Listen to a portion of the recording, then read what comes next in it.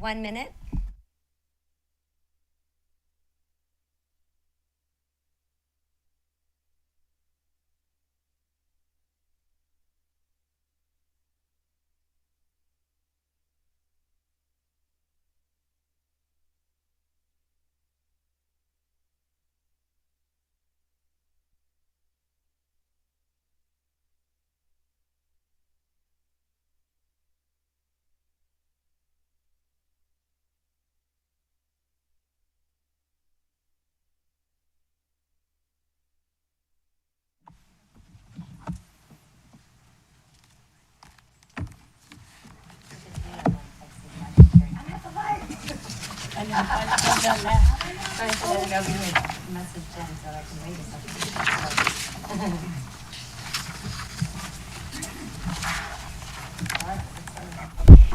Good morning. I'd like to welcome everyone to today's workshop on March 3rd, 2026. We have two key agenda items today, and I will start with the policy cycle updates, and I will kick it over to Mr. Connor. Thank you. Good morning, everyone. As a part of our quarterly review cycle of policies, we have several policies to bring forth to you today to discuss for the request to advertise these at March board meeting following a subsequent approval in the April board meeting. And at this time, I will pass over to Mr. Parento, who will go through an overview of each of those policy changes. Thank you, Superintendent. Good morning, board. As you know, we go through a quarterly policy review process at the district now, and today we're bringing forward actually quarter 2 and quarter 3 policies. With quarter 2 review, we didn't have as many policies as we did this cycle, so we just combined them into one. And today we'll be going over 22 of our revised policies that we have. And if we are able to ultimately get board approval on these policies, that'll bring us to almost 70 policies that have been revised and approved before we hit the final quarterly review that'll start in April. So the first policy that we're bringing forward today is policy 8.51. It's our renovations, remodeling, or additions of facilities by booster clubs, PTAs, or other affiliated groups. We revised certain terms and references in this policy so that everything is aligned within it, and also adding information from policy 8.53, which was a similar policy, so that all of the relevant information is in one place. Second policy is 8.52, construction change orders. We removed some of the monetary limits that were in the policy about change orders to be brought forward to the board because we do bring all of those to the board for approval in a regular board meeting. We also have a few policies in Chapter 8 that we will be requesting the repeal of. Policy 8.50, school construction bid process. All of this information is contained in multiple other policies that we already have in place. As I mentioned, 8.53, improvements to school plants and grounds. This policy would now be incorporated into policy 8.51. And then policy 8.502 is construction change directives. We no longer use those within the district. Policy 2.22, board meetings. We made a minor change in this, that when the school board meeting schedule is approved each year, that approval includes both the dates and the times for school board meetings for the calendar year. Policy 2.72 is our student dating, violence, and abuse policies. We made some wording changes within here based on current practices so that everything is aligned with what we are doing within the district. Policy 2.95 is our wellness program policy. We added additional information about the input process and the annual review of progress in our implementation of our wellness program. Policy 3.14 is our suicide prevention policy. We made a change adding the new flow chart to the end of this. We update that flow chart annually, and then we made a couple of other minor wording changes. We also added that same flow chart to policy 3.14A, which is our suicide prevention procedures, so that those two remain consistent. Policy 3.25 is our AED policy. Previously, we only had that an additional AED was needed at each FHSAA member school, so all of our high schools. We now have many of our middle schools competing in athletics, so we want to make sure that we do have that additional AED at each of those middle schools for safety reasons for those schools that are competing in athletics. Policy 3.47 is our animals on campus policy. We went through and revised some of the hierarchy for approval of animals on campus and then how animals are housed on campus when they are there. We also included a parental consent in addition to notification when it is required for certain activities involving animals on campus, and requiring that any experiment involving animals comply with state laws and science standards. We also explicitly state in this policy that this is not in reference to service animals. We will be going through, when we go through our HR policies in the next quarter, and making sure that that service animals policy is as up to date as it can be. Policy 3.241 is our assessor policy. We changed references to the rank order levels as they're identified in the state administrative rule rather than in policy, as those change a little bit more frequently. So just ensuring that we stay up to date and consistent within there. Revised references to the state administrative rule for consistency, and we revised the mandatory reporting requirements in accordance with that state rule. Policy 9.30 is our use of facilities policy.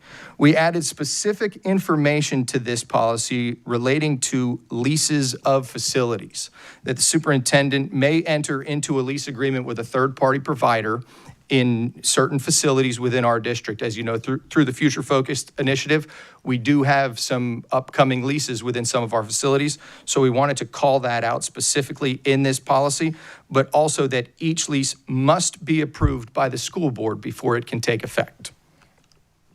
Policy 5.343 is our use of timeout, seclusion, and restraint for students with disabilities. We made a change in here that when timeout is used, the student must remain in full view of an instructional staff member during the duration of that timeout. And we added additional requirements for documentation of use of restraint, notification to parents, and reporting requirements. Policy 5.35 is granting permission for students to leave campus. We revised requirements for verification of a person picking up a student from school so that that is more clear, and allow for certain release from campus in emergency situations. Policy 5.38 is our student electronic devices policy. We've had a lot of questions coming from schools about the changes with new technology and glasses and watches and things like that. So we wanted to do the best we could to define what qualifies as an electronic device while allowing it to live on as new technology becomes available and old technology moves out. We didn't want to necessarily define glasses or watches or beepers or pagers or things like that that used to be in the policy, but we wanted to define what that looks like so that teachers in the classroom have a better idea as they are in the classroom with students every day. Policy 5.39 is our student fees and supplies policy. We want to require that fees that are collected for supplies at the start of the school year are to be used for those specific purposes. We do have a lot of teachers in schools across our district that instead of having families purchase specific supplies, they request an amount of money that they can then use to buy those supplies for the classroom for the entire year. So we want to make sure that that's being done correctly and requiring that those fees be collected through an electronic payment platform or a check payable to the school rather than an envelope of cash going to the classroom teacher. That allows it to be more easily tracked and accounted for through the process, and that any unused funds at the end of the school year must be reported to the school principal and handled according to our district financial procedures. Policy 5. I'm going to stop you really quickly just because, and in this, this is the first time it's ever come to my awareness. And then within this, and maybe this is more the procedural standpoint, and I appreciate this update, just to ensure additional fidelity around, is that something that like this, that the financial department can review on an annual basis to make sure that, so that there's an extra layer? I have no idea what volume of money we're talking about, so.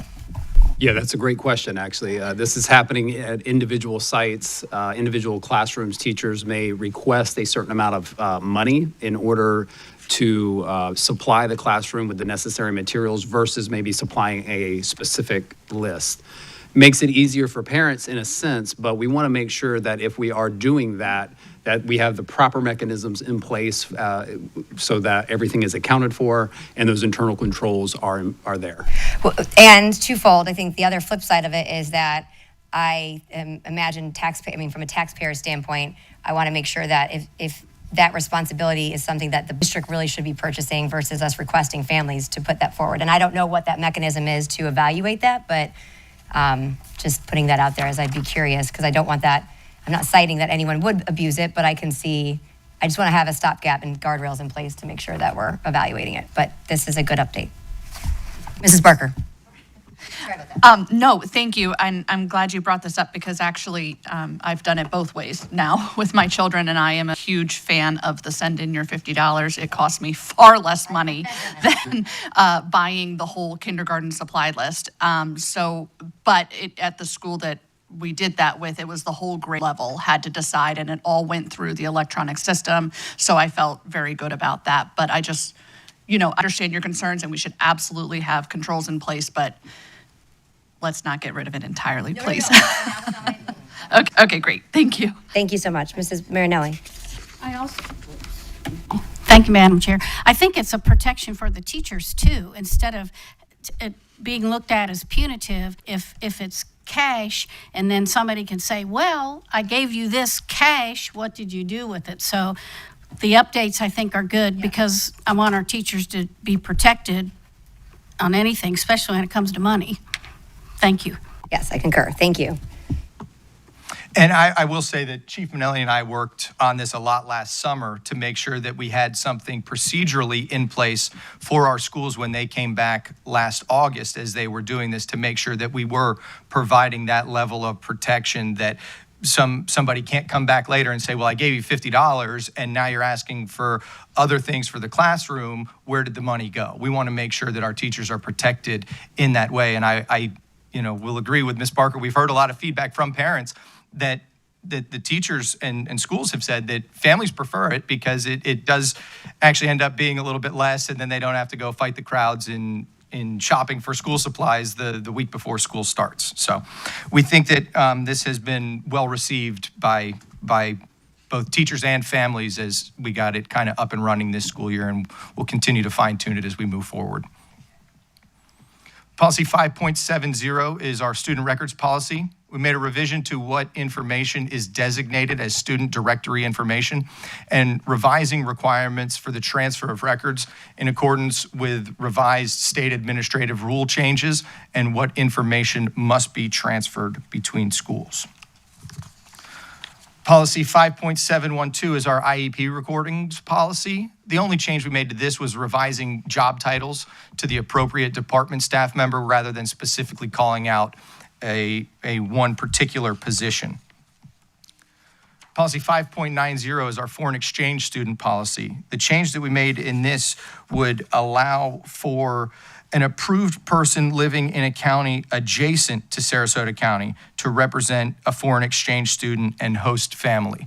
Right now, the policy was that they had to, the representative had to be living within Sarasota County. The federal regulations actually allow for a much wider net than that. Almost, I think it was 150 miles that they would have to live relative to the district. So we're just expanding it beyond that so that if there are representatives in adjacent counties who want to place foreign exchange students within our school system, they have that ability.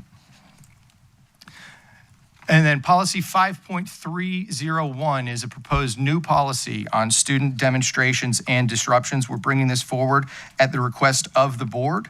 And as we went through and put this policy together, a lot of the things that we wanted to do was establish our purpose of the policy and our authority to implement it, providing clear and consistent definitions for terms so that they can be implemented consistently across all of our schools, including the terms demonstration, disruptive conduct, protest, sit-in, walkout, and other terms. Acknowledging First Amendment constitutional rights of students at school, but as courts have clearly established, those rights are not unlimited. We also wanted to set reasonable time, place, and manner, expectations, and restrictions on demonstrations on campus, reaffirming our attendance expectations of students throughout the school day, And then outlining discipline infractions for participation in disruptive conduct. We want to be able to provide guidance to our staff on neutrality and responsibility should disruptive conduct occur, and expectations of compliance with the principles of professional conduct for education professionals in Florida, while reminding staff that nothing is restricting them from engaging in protected speech when they are not in the course of their employment. We also want to reaffirm the statutory authority of the school principal to take reasonable steps to maintain a safe, secure, and orderly campus during the school day, including requesting law enforcement assistance when necessary. Review of this policy will be aligned with the district policy review process or as needed due to changes in law, administrative rule, or district needs.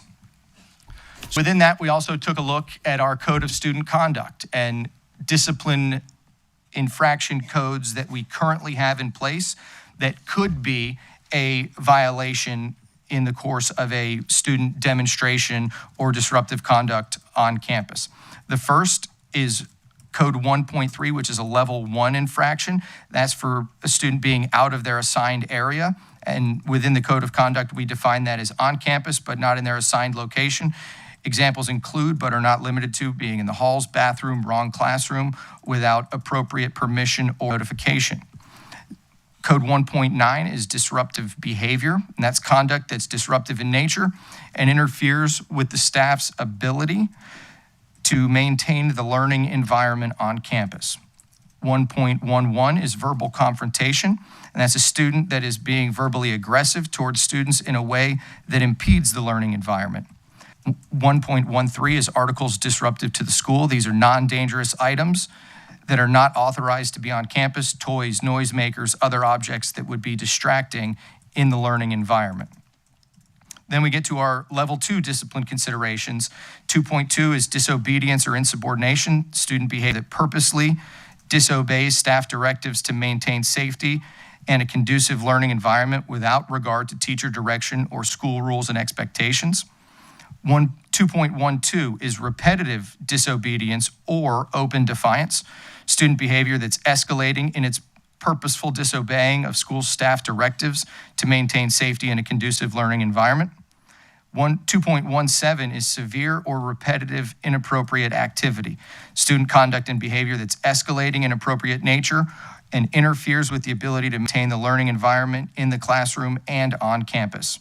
2.18 is leaving school grounds without permission, and that's leaving campus without following the procedures in place by the school for signing out the student. And then we get to our level 3 infractions, and these are Cesar-coded infractions. Disruption on campus is disruptive behavior that poses a serious threat to the learning environment, health, safety, or welfare of others. Examples of major disruptions in the Cesar definition include bomb threats, inciting a riot, initiating a false fire alarm. Non-examples include disruption of a single classroom, student defying authority, disobeying or disrespecting others, using obscene or inappropriate language or gestures. And then the Cesar code for trespassing is to enter or remain on school grounds, school transportation, or at a school-sponsored event or activity without authorization or invitation and with no lawful purpose for entry. This includes a student currently under suspension or expulsion, or incidents where any offender was previously issued an official trespass warning by the school. And those are the state Cesar definitions for those 2 codes. With that, we will take any questions that you have. Thank you very much. I just want to start, and then I'll go to my board members, just on the student disruption and demonstration, since I had brought it forward, and I appreciate members of the board supporting that. And thank you to Mr. Parento, Mr. Connor, and Mr. Duggan. There was a lot of work on this. I don't need to probably tell anyone here that this is not just in Sarasota as a offensive component. I'm grateful that we haven't needed to do it, whereas many other places across the state and country have had to take action. So I'm glad that we are proactive in this. But once again, I find us leading the way because there are many districts who have taken note of what we're doing here and asked for our final draft when we're completed, and I just want to put that on record. And so again, thank you for that work. I know that Tinker is obviously going to be raised regularly, and I believe this is sufficient, but I'm going to defer to Mr. Duggan if you can make a couple comments on that. Sure, yeah. So anytime we have any of the discussions about the First Amendment, whether it's the speech in this boardroom, the speech that's outside of this boardroom, student journalism, disruptions on campus, and about 100 other things, you're always looking at balancing of rights under the First Amendment. When you participate in government, depending on how you're doing it, you have the right to express yourself in this country, and we, to some degree, must permit it, but depending on the type of forum that it is, our ability to regulate differs, depending on the circumstances. In this particular forum, we are trying to balance the right for students to be able to express themselves in a lawful way against our legitimate needs to educate kids, to have kids remain safe, to have them in the classroom, to have our school rules followed. So I believe this policy balances those two things in a reasonable way, where kids can still express themselves, where organizations can participate, but not in an unlimited way, where teachers can express themselves within the bounds of the First Amendment, and those things tend to give way, and in this policy do give way to when there's a disruption. So when you look at this policy, the speech only becomes a violation of the rules when it constitutes disruptive conduct, and we have defined that to essentially mean materially and substantially interfering with classroom instruction, school-sponsored events, the orderly operation of the school, the rights and safety of others. And again, that's regardless of the viewpoint, because in government, you're required to be content neutral, meaning you can't pick and choose the whether you allow the speech based on whether you agree with the content of it or not. And we are doing that in a way where there is a disruption or a reasonable, likely disruption based on what the speech is. And that is researched. I believe this policy is consistent with the First Amendment restrictions, like we do with any policy.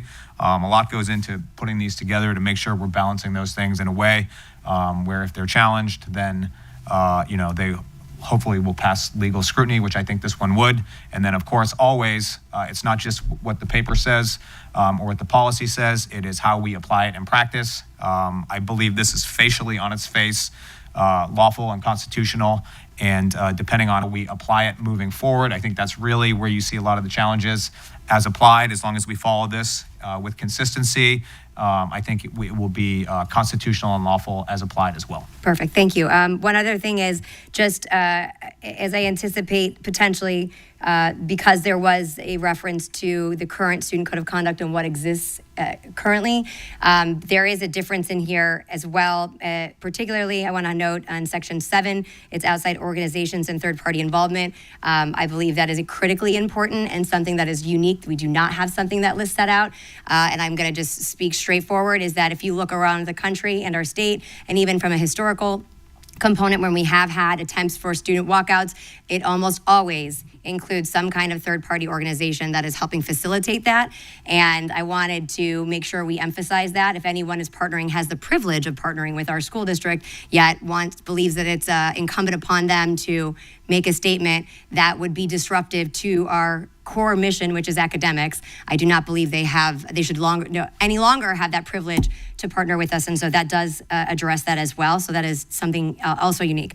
Finally, when it comes to the organization, is there an elevated consequence for students if they are found to be the ones organizing the disruption? I don't know if that's Mr. Connor or Mr. Parento. I do believe that was a discussion at the last workshop regarding that. So what I would recommend is that we would begin with a level 2 infraction for that. And we have a current code around severe inappropriate activity that we could incorporate the language that if you were to organize a disruption on campus, that would apply for that specific code. Perfect. So And because we are also doing student code of conduct, so we'll just make sure that lines up correctly, and if there are any amendments that need to be made, although it doesn't appear that that is the case, that can be strengthened when it comes back to the board. Is that accurate? Okay, I'll open up to comments. Thank you again. Mrs. Marinelli. Thank you, Madam Chair.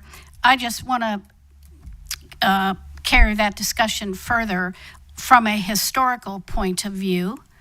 I was still working, and we had a walkout at one of our high schools that was planned, and it was during the school day, and the students went out onto the sidewalk, and it was very disruptive, and the community those that drive up and down Proctor Road went nuts because they were like, what are you doing as a school district? So I applaud you for finally doing this. This should have been done over 11 years ago when we had that walkout. And Mrs. Ziegler was the only person on the board at that time. Two of us were still working, and I don't believe two people, and that's not, they hadn't moved here yet, so don't have that historical background of why it's so important that we have these rules in place, because the community overall wants students in class learning. If they want to protest, they can do it after school, they can do it on Saturdays or Sundays, like many other protests. But I want it clear that this board is not being punitive. This should have been done years ago when we had walkouts going on at that time. So I appreciate very much that that now this is in policy and everybody will know what the rules are. Because I think when everybody knows what the rules are, it's a level playing field as long as the rules are applied evenly across the board. So thank you for that. Then I just have two things. When we do a new policy or update a policy, and there are procedures that go with it, or guidelines, are those transparent to where parents and anybody in the community can see those? There are places on our website that we have procedures that are accompanying some of our more major policies, and we can incorporate that with this. Because I think in the past, we've had guidelines buried so deep that parents didn't even know what they were. And then when they did come to light, that was not a good situation for the board. And so I just want to make sure that any procedure or any guideline that goes with any policy is readily accessible to parents and anybody in the community. Absolutely, and a lot of times within our policies, on the very last page, there's a notes section, and we'll put in there where to reference for certain items, whether it's the student code of conduct, whether it's the employee handbook or things like that. So we can do that in here as well. Okay, thank you. Then my last, Connor, how are staff trained if there is going to be any kind of physical restraint? In terms of a demonstration or? Well, if we a used to student- have a real specific kind of training. Yeah. And I don't know if that's still I takes place. want it in the context of this or the context of the other policy. It's the 5.343. Okay, good. All right. I just want to make sure we were talking the it's same like- thing. I don't want to misspeak because that is a different policy than Yes, what we're just currently discussing. 5.343. Thanks. All right. That is actually a very pertinent and relevant, timely question. Wow.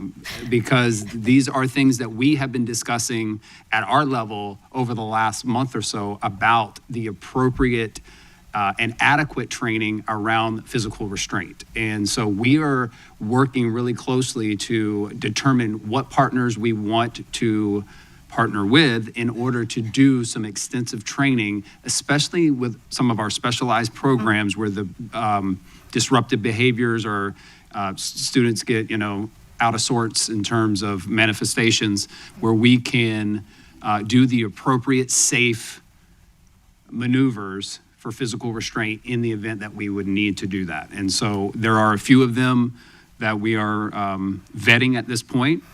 Of course, we're looking at the cost of that and who to appropriately train.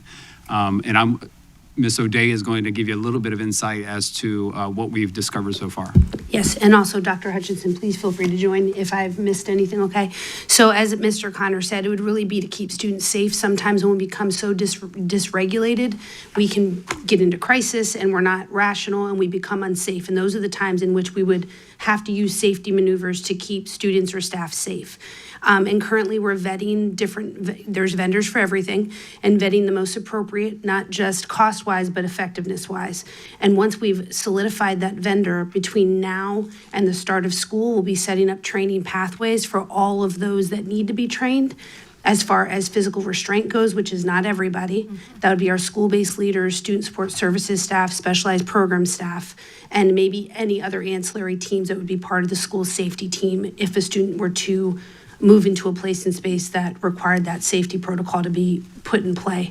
We also have Tier 1 behavior supports, and you might have heard of Mindset. That is something we do, and we are reaffirming that in our schools because over time and people moving in and moving out, not everyone has had that training, and that's that verbal de-escalation, Tier 1, when we have, instances where we're not on track, we're being naughty, and we need the right support to get back on track. That will be something that would be for everyone, literally between the spring and the start of the school year. So there's 2 pathways depending on how you're supporting students. And Dr. Hutchinson's been working very closely on that. Sir, would you like to add anything? Yeah, thank you. And so just for clarity, we do have through the Mindset protocol, there is an enhanced physical intervention program and training that our staff who are in our specialized programs in Oak Park have gone through. So anybody who is having to engage in a physical restraint with children has gone through that enhanced level of training. What we are currently doing, as Mrs. O'Day and Mr. Connor had said, is we are looking to ensure that we have the best training for our staff. And so as we work through the rest of this spring to examine and compare the different physical intervention types of approaches, we want to make sure that we are focusing on safety of our students, safety of our staff when we're engaged in those.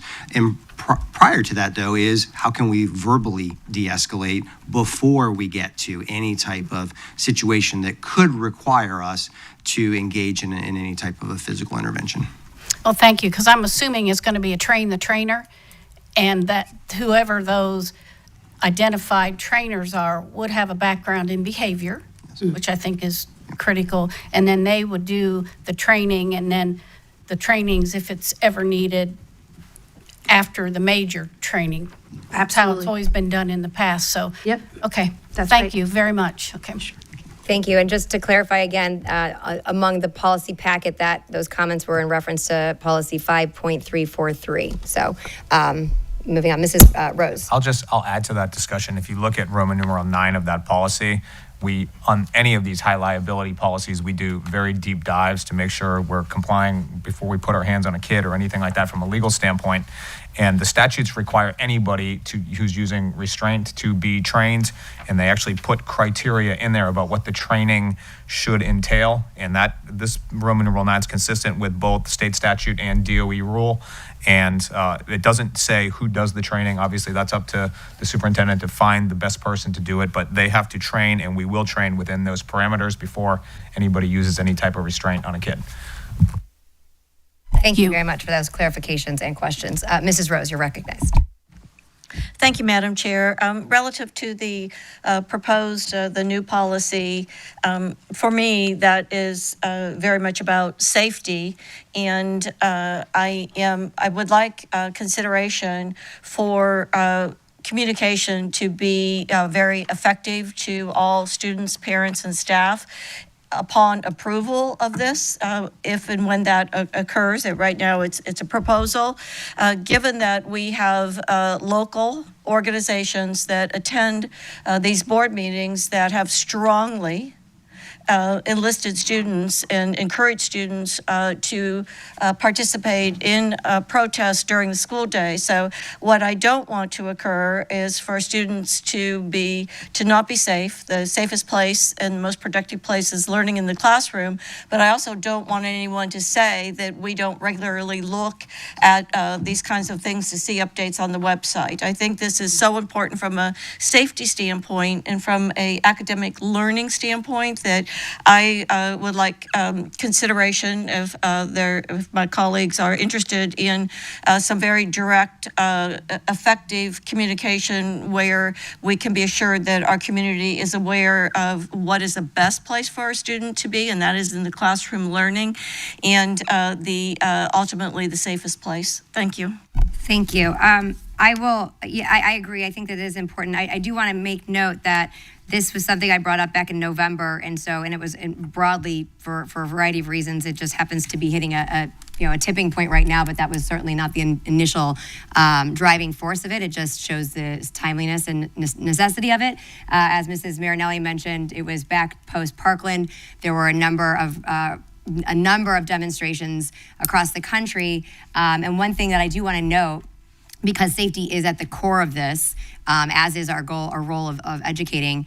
that there are real risk factors. And so what had transpired back then, I know many of you were here, and Mrs. Marinelli referenced this, is that there was the instinct for administrators to say, I'd rather keep them safe, so then they participate in the organizing of that what said demonstration. And again, this is so important. It doesn't matter what it is about. It cannot happen either way, because once you allow it for one, you're going to have to allow it for another, or while we walk into a very, very challenging situation. And anytime we're not doing instruction, our children are not learning, and then we are not doing our core purpose. So I do want to ask Mr. Connor, as it pertains to the the direction to administrators, and the way this policy reads, that would not be allowed as what took place back. And I know Sarasota County was not the only one. We even see this happening now with the current state of affairs, with administrators, not in our county, but saying, oh, I don't want kids walking out, so instead we're just going to help facilitate this demonstration. According to this policy, that would not be allowed. Is that correct? Yeah, I'll direct you to the first sentence. It is our primary responsibility to maintain a safe, orderly environment for all students and staff, and to ensure that instructional time are not disrupted. Okay. And so that is the primary function of why we're at school. So any day-to-day operational requirements from administrators or expectations should follow suit to protect instructional time. Well, I'm going to play now instructional time versus bell to bell. There's a little bit of a difference, because if I remember correctly, and I'm just using what my experience was, they tried to utilize lunch period, which does stagger, by the way, but how would that apply as it stands currently, and do there need to be amendments? I don't know if that's... Yeah, I do understand there's a lot of hypotheticals. I'll cut it. Administrators will not be helping facilitate any disruptions on campus. Thank you very much. And finally, I do support, just for clarity purposes, so everyone understands, and again, this applies to every single district at all times. It's not specific to any current event. I do think it is worthy upon adoption that there will be a communication so that there is clarity, and that they understand consequences. Level 2, level 3, what is a level 2 infraction? I don't know if that's Mr. or... It does depend. It's still a local infraction for the most part. It's not a assessor state reported infraction. It is obviously more serious of an infraction than, say, a level 1, maybe sings class or something like that. So a level 2 is just an escalation of consequences. So you'll begin to see as our matrix is built out based on occurrence. So between the first and second and third occurrence, those consequences escalate from there as well. So you're starting at a tiered approach, right? Level 1 are going to be more low-level types of consequences. Level 2s will increase in the severity of those consequences as you move up the chain. And and remember, it has to... I always say the punishment fits the crime, right? So you have to assess the level at which those infractions are disruptive and what they're doing to the campus to determine the appropriate aligned consequence. Understood. Thank you. I have Mrs. Barker. Thank you for your patience. Thank you, Madam Chair. So I have a couple questions. When I'm looking at the granting permission for students to leave the school campus, and I'm looking at the new proposed policy, it does say that students may leave school grounds with written consent from the student's parent or guardian, as defined by Florida statutes. And I see that originally it looks like there was a phrase saying provided an acceptable reason is established, but that has been struck, because then that would mean you couldn't ever leave the school without excused absence, correct? So you couldn't leave school to go to a college visit, for example. But just want to confirm that that has in fact been struck, and we intend to keep that struck? So that was done to align with the definitions that we put in the attendance policy for excused versus unexcused absences. Obviously, a parent comes to school to pick up their child. We're not going to say that's not an acceptable reason for you to take your child. Right. So just wanted to make sure. That was part of the reason that was removed. So that is permanently struck. Good. Okay, so my other question is here on the definitions under Part 1, it said, talking about a demonstration, it says on school property, at school-sponsored activities, or during the school day. So let me ask this. does that mean, let's say a parent signs their student out so that they can attend a protest in Tallahassee that is during the school day? Is it then our administrator's responsibility to find that out and punish that student because it happened during the school day? Because this says or during the school day. No, these are for on-campus disruptions, demonstrations, and disruptive conduct. Okay. To that point, I'll note that this particular forum for First Amendment purposes is a different type of forum than a school. A public meeting where people are permitted to come and picket or protest or speak and come in, and we invite them to give public comment. That's a different analysis. Different criteria would go into any regulations that go to that. We have a lot more leeway when a disruption happens on a school campus, and our need to keep kids safe, the fact that we take thousands of kids in every day and we need to get them to and from class and educate them.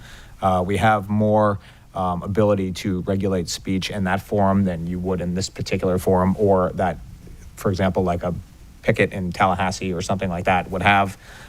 There's a difference between inside the building, outside of the building, the sidewalk versus the parking versus the board meeting. I just want to make that clear. Thank you. I appreciate that. That leads me obviously to my next question based on what we've seen. School board meetings then. So if a parent signs their student out to attend a school board meeting, is that a punishable offense?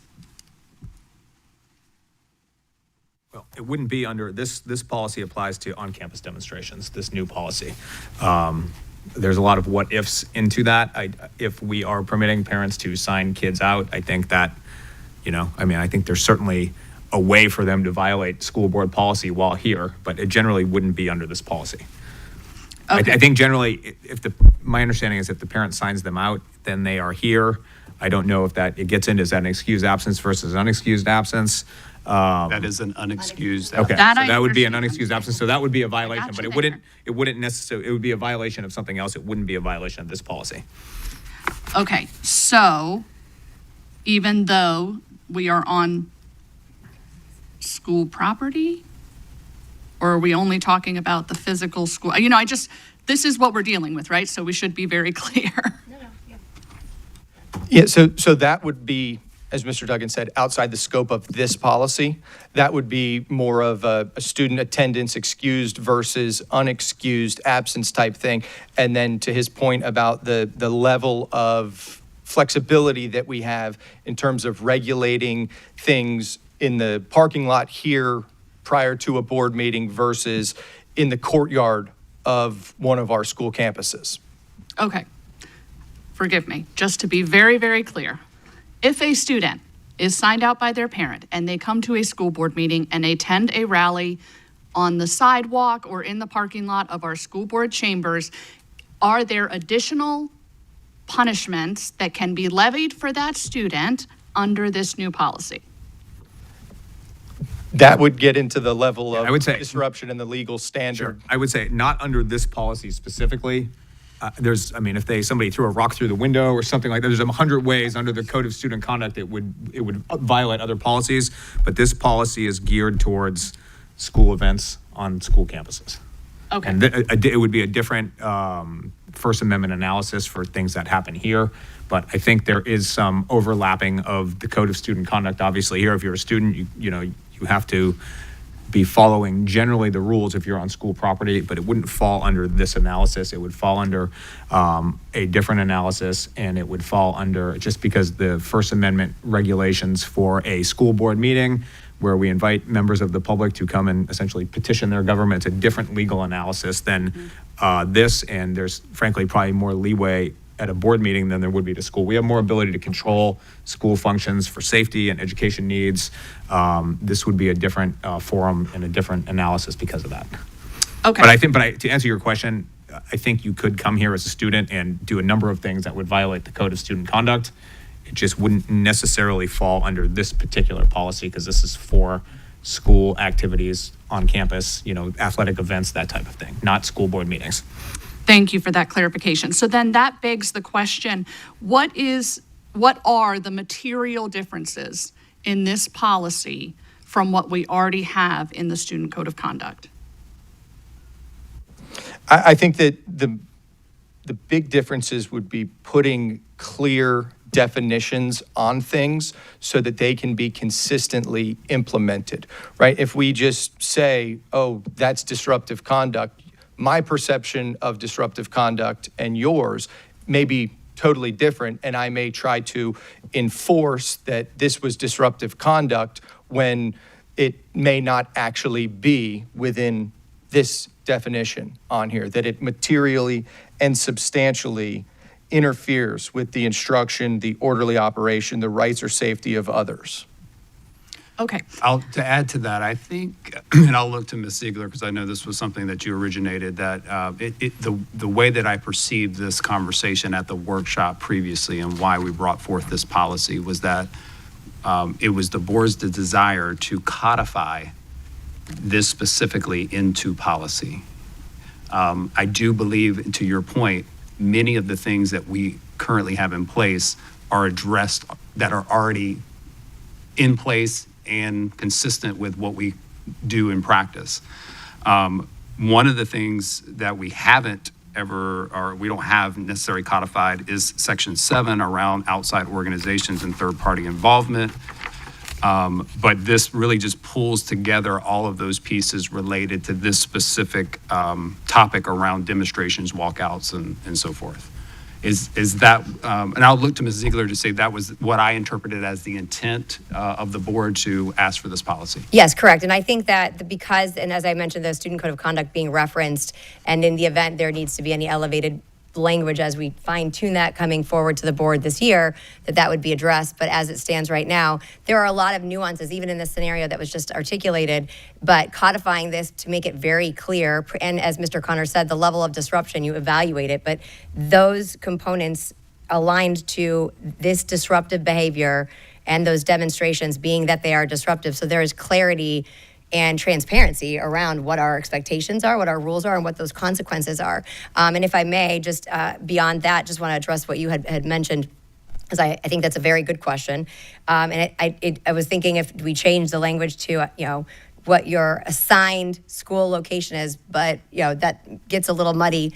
As Mr. Duggan said, a public the board chambers is different than the administrative buildings, right? If a student gets signed out by their parent because they want to go storm Mr. Connor's office, that is very different, right? And I think that's important, and that's why those nuances are clearly articulated here, but we understand because that the time, place, and manner components are different when it comes to, even though it still applies, it is the First Amendment protections are broader when it comes to inside here because you're petitioning your government, or even when you're talking about demonstrating. And again, then there's different components when you talk about trespassing or what have you. And all of those exist within the confines of the definition factors, but this makes it crystal clear that they're, when they are disruptive during the school day, they're organized by either a staff member, a student, a third-party organization, or any kind of combination of the like, that there are aligned consequences. Okay. Thank you. You're going to have a little more leeway from the First Amendment standpoint at a board meeting complaining about what we all do here. Then the school would have a little bit more ability to rein that in out of the legitimate need to keep everybody safe, to prevent disruptions. For example, you could wear perhaps different clothing here that's expressive than perhaps we would admit it, or that we would allow in the school. Just because if you wore a message on a shirt, it could incite a riot at the school, and we have a little bit more discretion and ability to regulate that to keep every kid safe and educated and physically and mentally healthy in the context of taking kids in and educating them during the school day. I think you have a little bit more leeway in this chamber to express yourself, as one example. I think under both, though, there's a way that you could do it where it was egregious within each of those forums where it would be a violation of the student code of conduct still. I think there's a little more leeway here than at school. Thank you. Mrs. Marinelli. Thank you, Madam Chair. I just also want to bring out that what happens, and it is fact, I'm not making it up, that students that choose not to participate in any of these protests, they get bullied, and that fits the definition because it's systemic and it continues. They're verbally chastised for not joining. They can be sometimes physically nudged in hallways and things that happen. So that's why everything needs to be codified and really in place so that does not happen to students that do not choose to participate in anything. So this is a big issue. It's just not about, do kids have the right to protest? Yeah, they do, just not during school time or on school grounds. So it's just a bigger issue, and that this part never really gets talked about. And sometimes it's encouraged by certain staff members, and we know that goes on. And that's where Mr. Connor, because this board, we don't get into the day-to-day operations of a school, but we do get parent complaints to us, and I just send them right, I acknowledge it, send it right to Superintendent Connor. But this is one of the things that does go on in our schools to children who don't want anything to do with that. They're there to study. So I just wanted to bring that up. Thank you. Thank you, Mr. Edwards. Before I even say what I want to say, just because a board member says something about staff members, imaginary or perceived or otherwise, that does not make it so. Excuse me. I'm done with that. You have the floor, Mr. Edwards. Go ahead. Thank you. The same goes for students. Just because somebody says that happens doesn't make it so. And I work very closely with the superintendent and the administration and ask those questions on an ongoing basis, because the other side happens frequently in and around, let's say, Turning Point USA, that it could be perceived that staff members lean one way or the other. And I know for a fact, after having many conversations with Mr. Connor, that that doesn't happen. The school administrators and the superintendent and the cabinet make it very clear, to my knowledge, that that is not to occur. So I don't like those comments and then have it perceived that it is so. But I did note, and I appreciate that we spent about a fair amount of time in this one particular policy. And as I read through what was and what is, the distinction is the third party association making a protest that finds its way into schools. And so all of this time, all of this effort into that specific thing in and around a new topic, which is protest. So there's a new topic and the delineation of third parties. Everything else in my mind was covered and had been covered.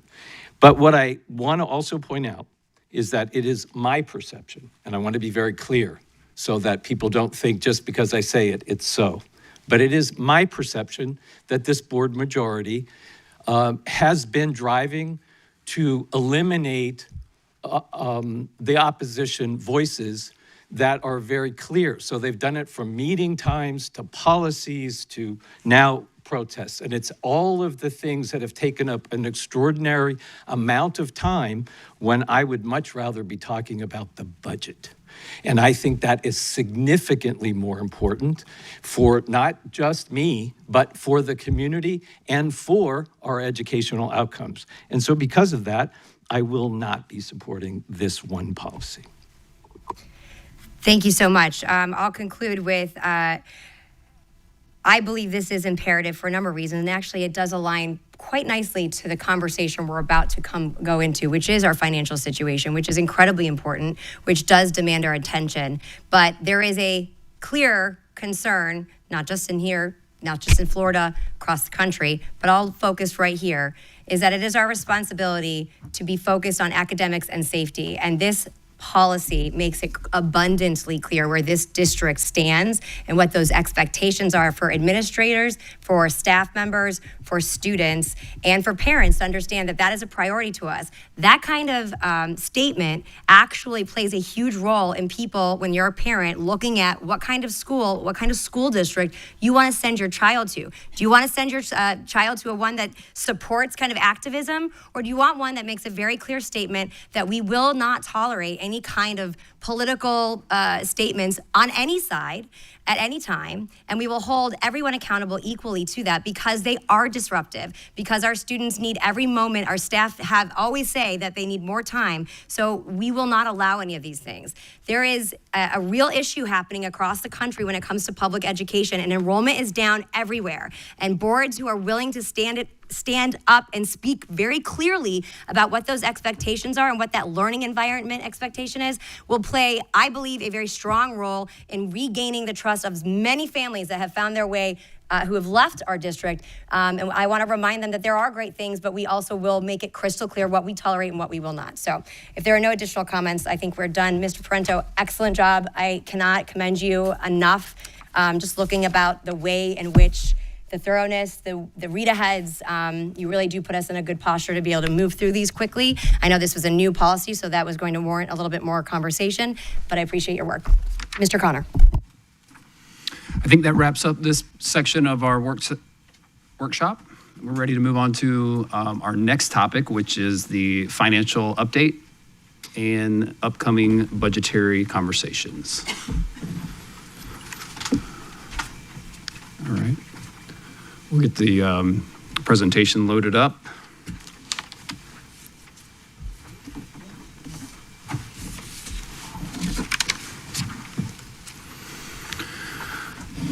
All right, well, thank you for this opportunity. I'm going to spend quite a bit of time talking about a lot what's in the headlines right now. We have a lot of discussion in terms around the country and the state. And here locally, we are not immune to a lot of the constraints and the current conditions around our finances.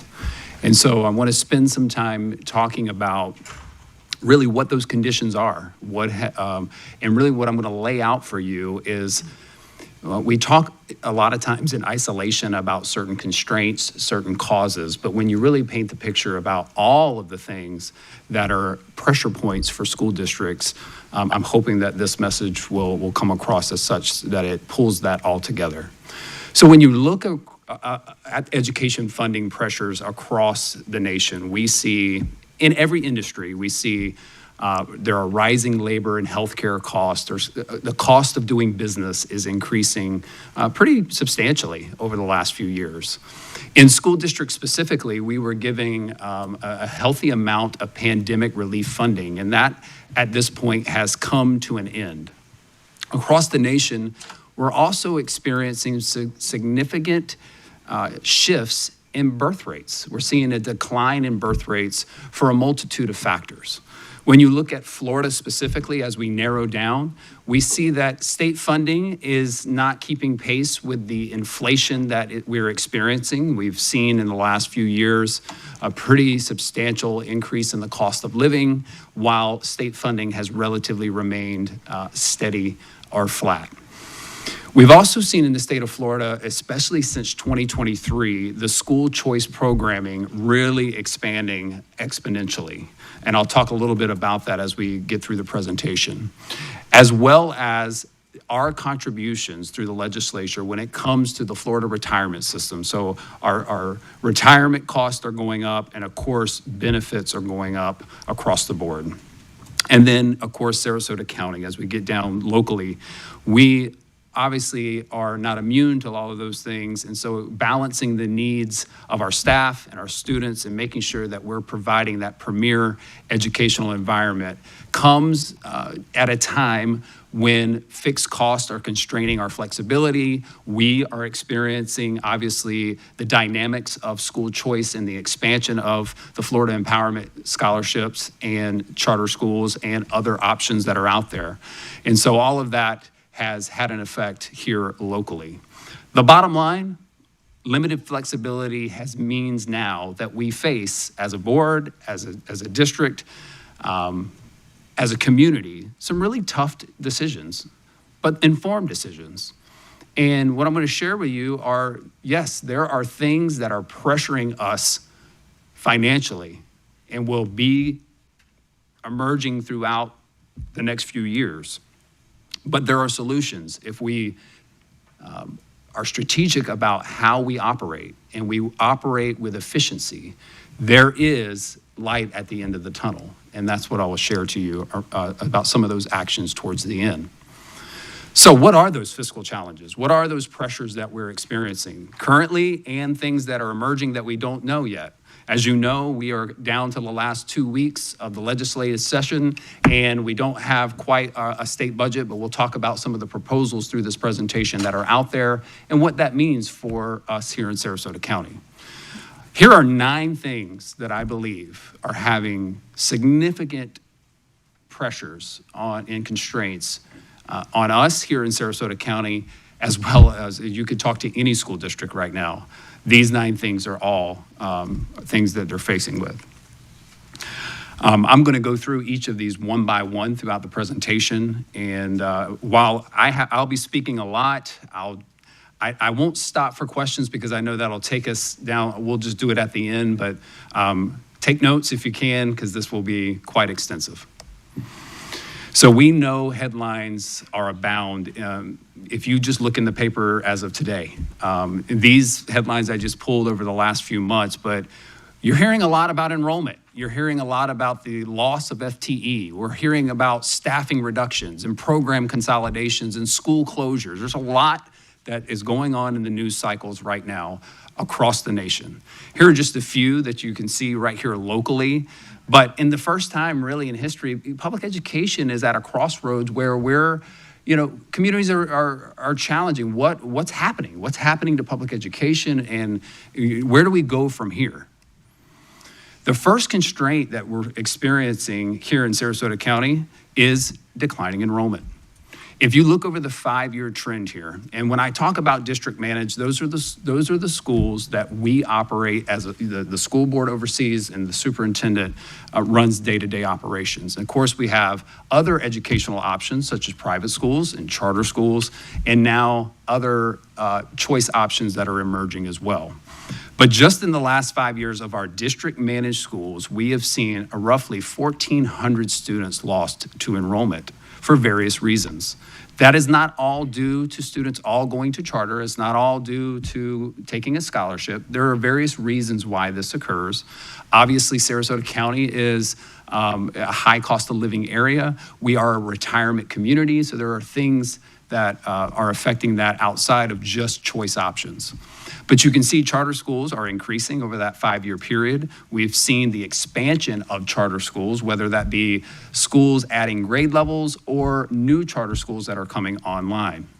And then in 2023, just 3 years ago, we saw the Florida Family Empowerment Scholarship really initiate. It birthed into a universal eligibility where now pretty much students at all income levels essentially are eligible to take this scholarship.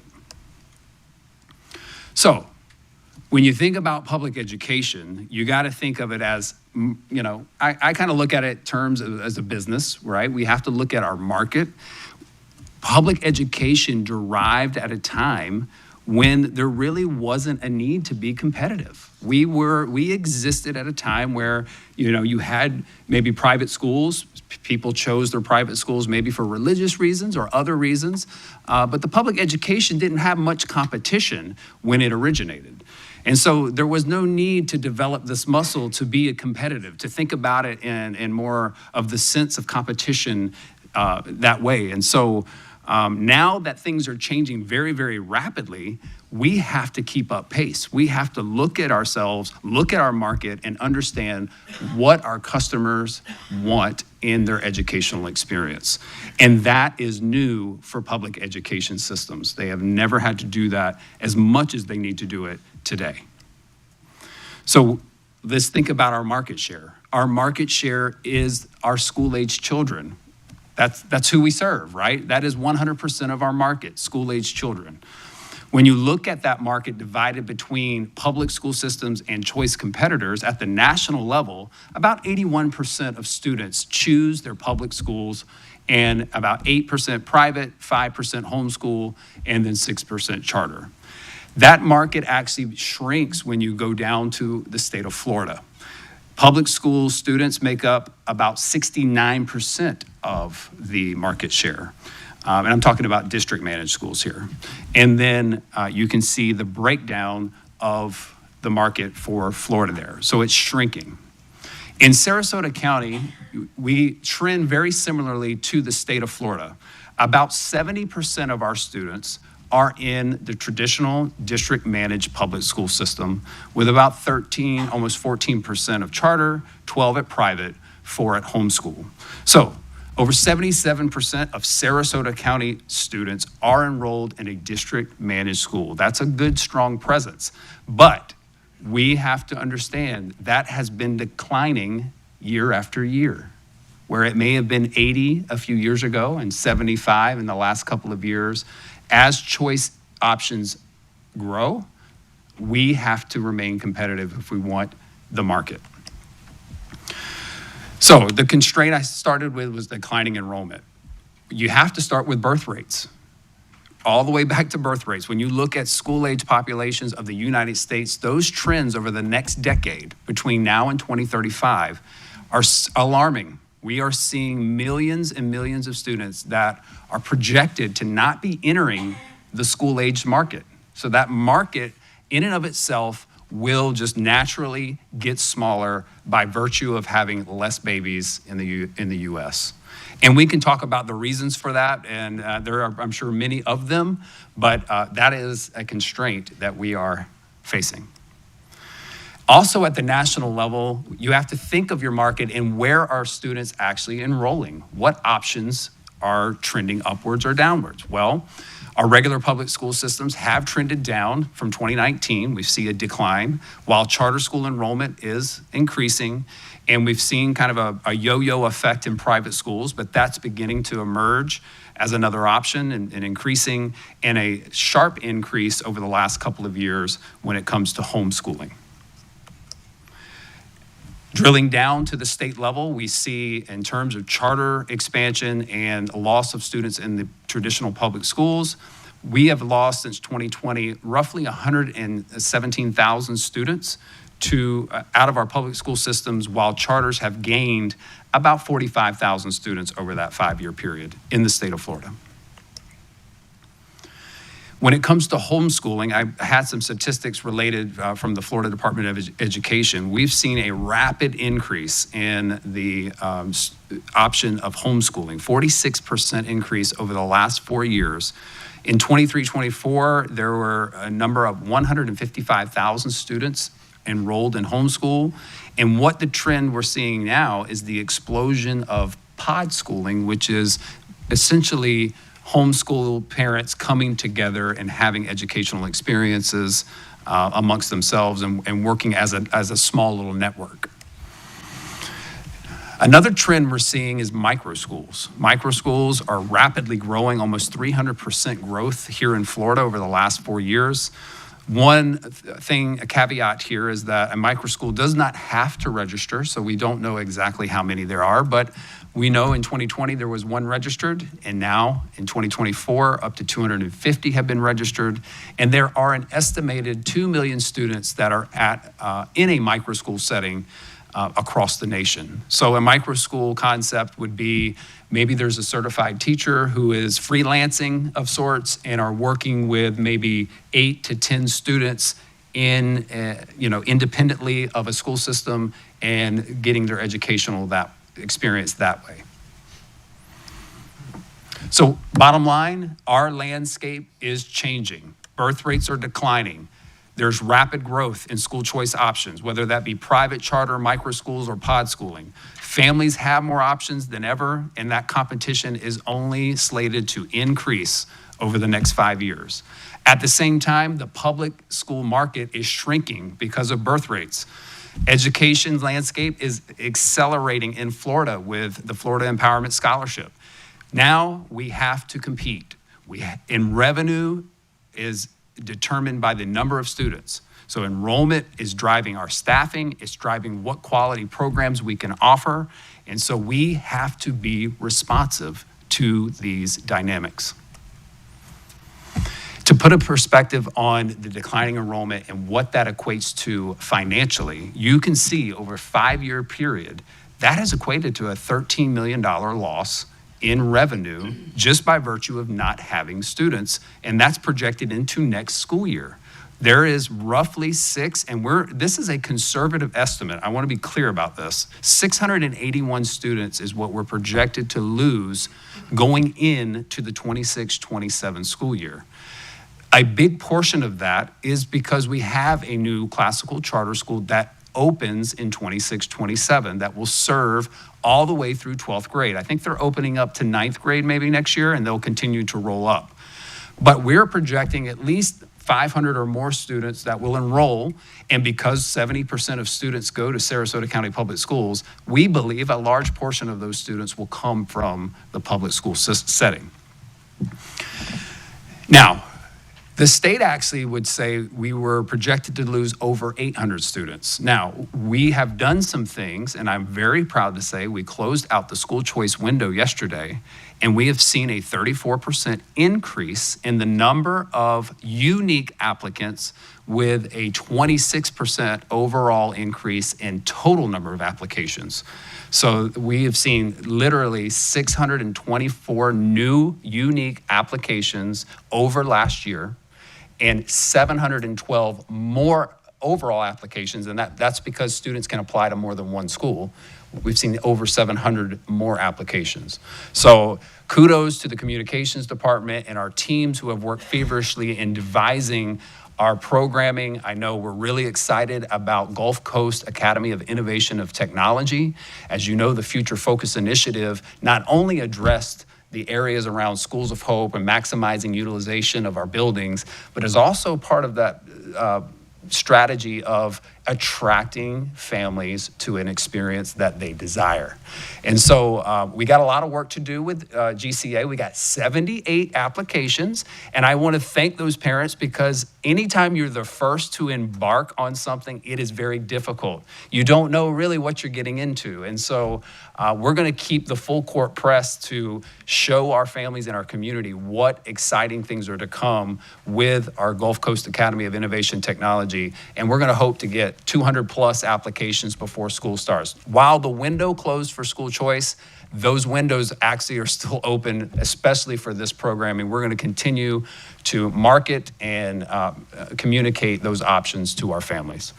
So with all that said, we were a little more conservative. We were not 800 plus in terms of our projections of a loss.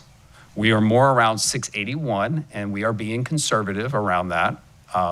But I just want to say, we are projected to lose more than that, but rolling up our K-6s at Alta Vista, Brentwood, Wilkinson, and I know I'm missing one, Gulfgate, that I believe will keep students from moving to an option outside of our public system when they move to middle school next year. So that also is incorporated in this projection. But the bottom line, while there's a lot of positive things happening in relation to that, and we are attacking this at all levels to ensure that we provide a premier experience and we meet the demands of our community and our families, we are still looking at a projected loss of revenue next year of over $6 to $8 million just due to declining enrollment. So, as you know, we are mainly funded through the Florida Educational Finance Program, the FEFP. And basically, this board, we know we're required to submit a balanced budget every year by statute. And so when we're developing that budget, we have to make decisions to calculate what are those recurring costs that we face each and every year. What are we experiencing, whether it's self-inflicted or not self-inflicted, in terms of rising costs. We see that, we commit a lot to salary increases. This board has been committed to that. I believe that is something that is pivotal in making sure that we have the quality teachers, because there's nothing more important than having a high-quality teacher in front of students, and you want to retain them. And then there are costs that are out of our control, like retirement costs, medical benefits, things that start to skyrocket, the cost to turn on the lights. All of those things have an impact on our budget. So, in this formula, the state requires that you have a 3% reserve at the end of the year by statute. This board, over time, has set policy to have a 7.5% fund balance. That is great. That is actually smart, especially us being a coastal county. You know, a hurricane comes through, you need the emergency rainy day fund. But bottom line is we are 2.5% higher in terms of our expectations of fund balances than the state requirement. And so that just is another dynamic and factor that you have to consider as you're building out your budget. So that's the basics. When it comes to the FEFP formula, we get basic student allocations. There are some categorical funds that we get allocated through by the state. That equals your total FEFP. And then, of course, we have other revenue sources that do not impact necessarily our general fund, like the capital programs for our infrastructure and our buildings and things of that nature. And we also have federal programs that come into play as well, such as Title I, Title II, Title III, and Title IV, all meant to specifically meet the needs of certain populations. So those are the basics, and I know the board's very familiar with that. But I thought I'd put it out there for our public to understand just some of the things when considering us building our budget each and every year. So back to just state education funding trends over the last decade. If you go back to 2016, 2017, you can see that the educational pot of the state budget represented about 29%. That, of course, over a decade, that pot has gotten bigger from 82 billion over to 114 billion, but the percent dedicated towards education has shrunk to 27%. So we are getting a smaller piece of that pie, while everything over the course of that decade obviously has increased. In terms of just basic fundamentals of base student allocation, you can see if you look at the red line, that has been the trend for the base allocation, which is the basis for which we build the FEFP model for education funding. And if you look at just an annualized increase of 1.4%, that would represent the blue line that you see there. The green line represents the cost, the consumer price index. So you can see that we are not keeping up in terms of the level of funding, not even with the 1.4% annual rate. And of course, definitely there's a huge gap between the CPI and the student-based allocation. And I just want to know, from 23 and 24, as you've seen that kind of close the gap between the annualized blue line and the base student allocation, that is only because we collapsed the categorical fundings for instructional materials, for SAI, all into the student-based allocation. So it was no new funding added to the pot. It was just taking categorical funding and putting it into the base allocation. So the next slide that I wanted to show you, and I know there's a lot of numbers on this, but this is the current state of affairs with the legislative session as it sits right now. And we still have, I think, 8, 9, 10 days to go before it closes out. Remember last year when we had a state budget that came about 35, 40 days after the session ended.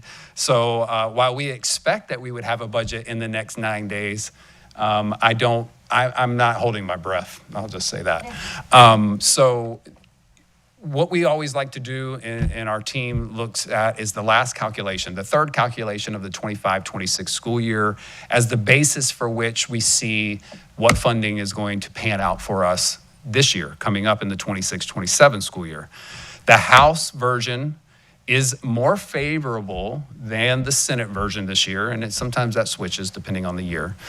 And as you can see, one of the main differences in the House version and the Senate that you may not see superficially on here is that the House is keeping the Florida Empowerment Scholarships in the FEFP model where the Senate is trying to pull it out. And I know we've had, as a board, a lot of conversation about what we would like to see that look like as a separate district, treat them like the Florida virtual school program. But that's where the main differences you'll see in terms of some of the numbers here. But the bottom line is the House version gives us roughly $7.6 million more dollars. Here is the caveat to that. If you look at our unweighted FTE going up to 49,000 from 48.8, those are not new students coming to Sarasota County District Managed Schools. So you have to keep that in mind. You cannot walk away and go, well, we're getting $7.6 million more dollars. No, we are trending to make sure, because we are anticipating a loss of $7 million due to the 680-something students that may not come to our schools, then essentially the House version would keep us dead flat. Because that $7 million increase versus the $7 million decrease in enrollment keeps us right there even. If the Senate version comes in, it may be that we would be actually losing money. We would have to make more adjustments, and that's what we're planning for in this budget, is we may be down $3.5 million. So we're gonna fall one way or the other. Hopefully, it's gonna be in between, most likely, the House version and the Senate version. Of course, they have to do a lot of trade, horse trading here to figure out what happens here, but that is where we're at. Before I move on to the slide, Mr. Rumcheck, is there anything you think I've missed or you want me to add to this, or Ms. Kartner? Okay, thank you. All right, so I've talked about two constraints so far: declining enrollment, flat state revenue, and now the third constraint is the increased infrastructure overhead. Again, we have done some amazing things in terms of facilities and instruction, and the long-range planning team uses the best data available at the time when making considerations about building new schools. And I got to tell you, over the last decade, it has been a lot of change that has occurred. We know when 2020 came around and COVID hit and Florida was open for business and we saw a flocking of people into Florida, there were decisions that were made based on the trends at that time about what to do with facilities. We knew that developments are coming into certain parts of the county, whether that be East County or down in Northport. So those trends are done with the best data available. And at that time, there were two schools that were planned, one out at Sky Ranch, East County, and Welland Park High School. And so we built those two schools, and since that time, we're starting to see significant shifts in enrollment. 2023, again, I'm going to keep repeating that. That is when the Florida Family Empowerment Scholarship took effect. These schools were already down the road by that time.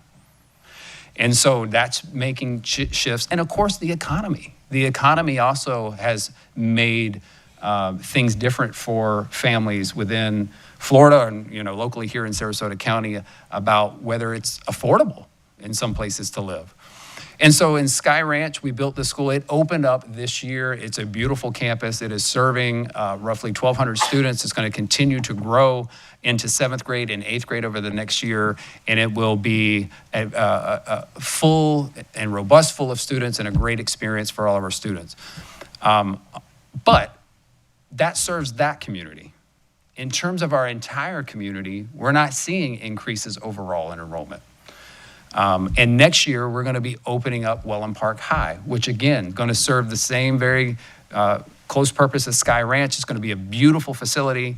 I think it will be a competitor to some of the school districts maybe adjacent to us down south, and whether students will come and choose us based on the travel time and what they want in their experience. But at this time, we're not seeing the growth that was anticipated with families, with young children. Remember, our market share has not grown significantly, is actually shrinking for us at the moment. But in due time, I do think as things change, that may shift. But it may be, if you look at the 10-year trajectory of birth rates, it may be a while. So giving those factors, we still have to operate these schools. They were planned at a time, they were built at a time. Schools don't pop up overnight. These are years in the making. So when these decisions were made with the best data available, you can't question that. It's easy to armchair quarterback and say hindsight's 2020. The fact is things change and no one would have anticipated what that would have been like.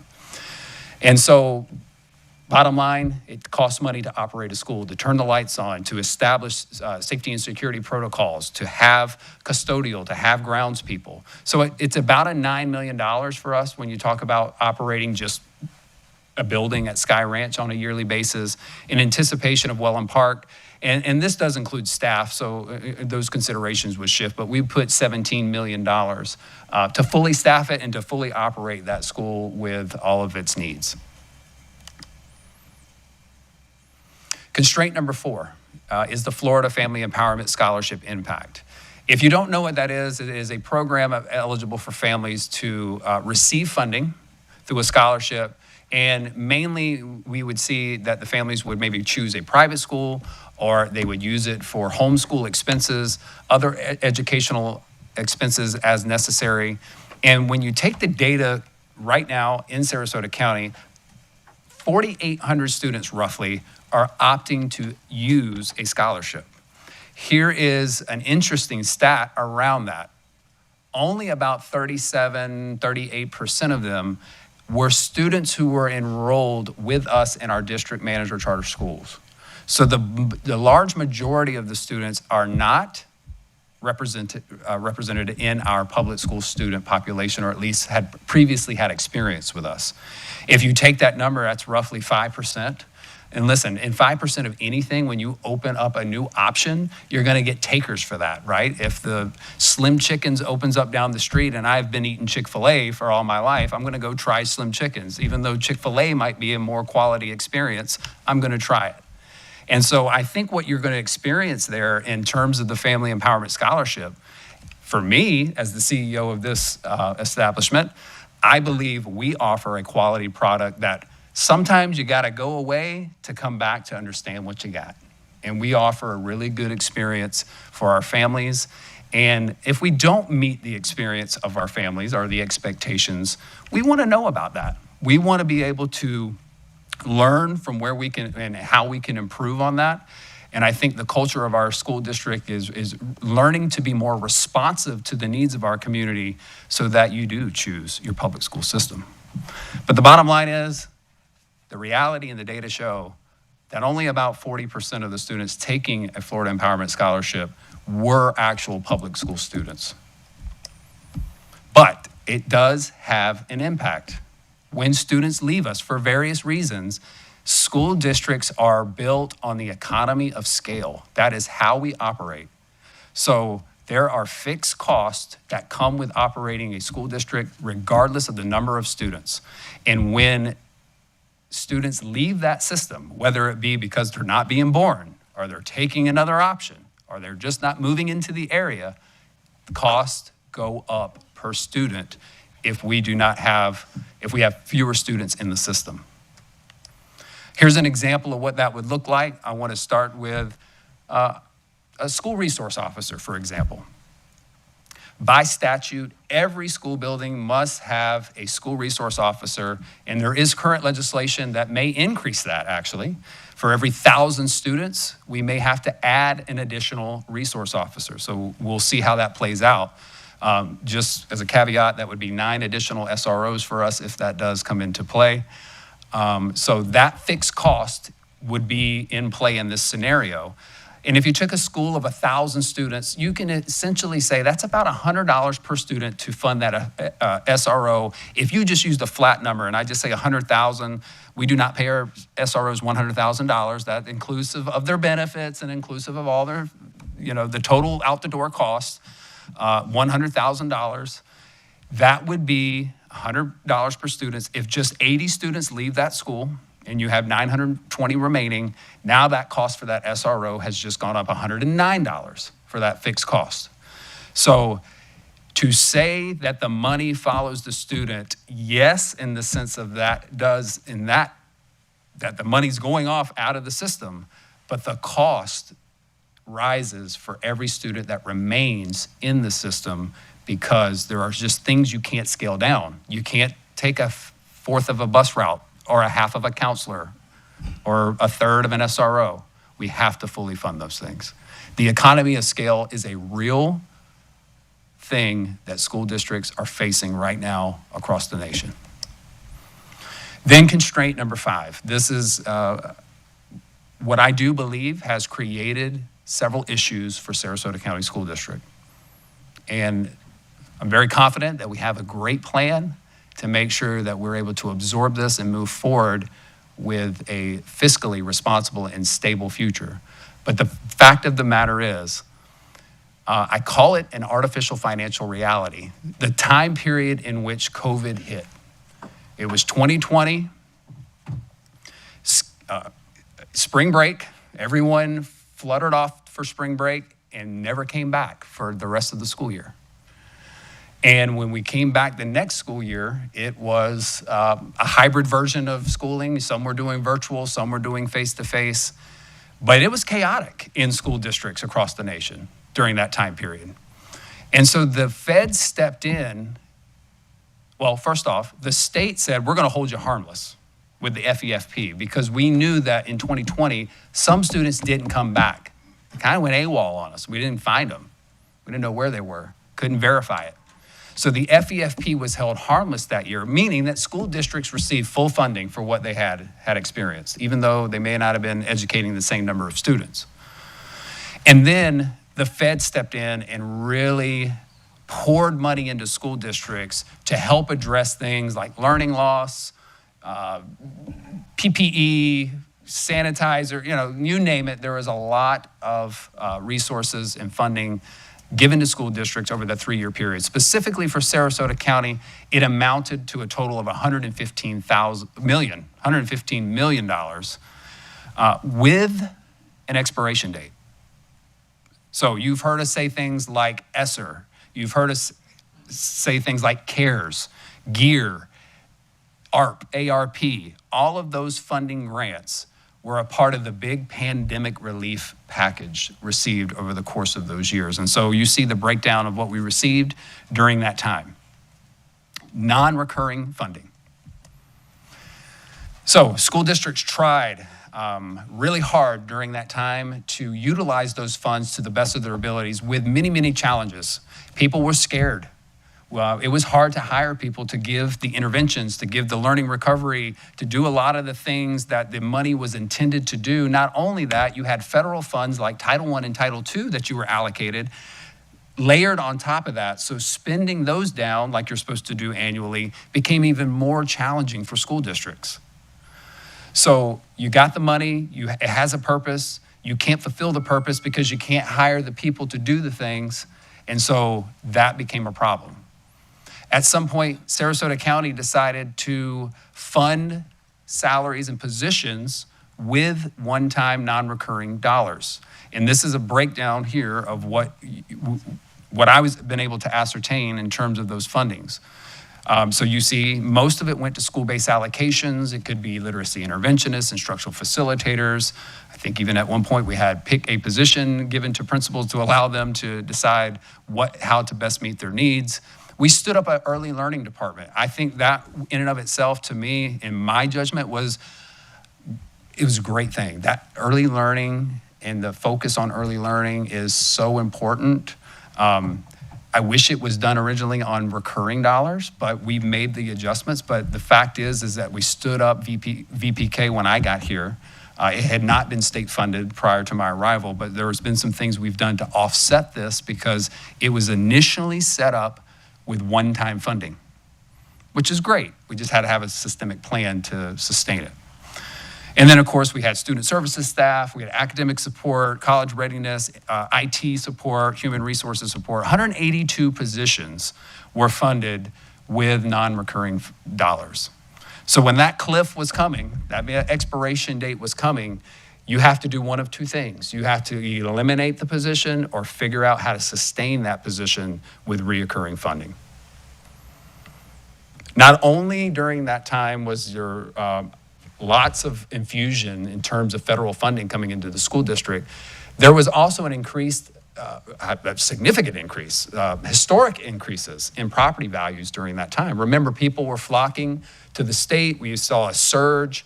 I think this area became one of the hottest spots in the nations to move to, and so property values were really, really increasing. So much so that we saw a couple of years double digits, and that had not been the trend. It usually was single digits, maybe 3% on average. We started seeing 8, then we saw 27% increase, 14% increase.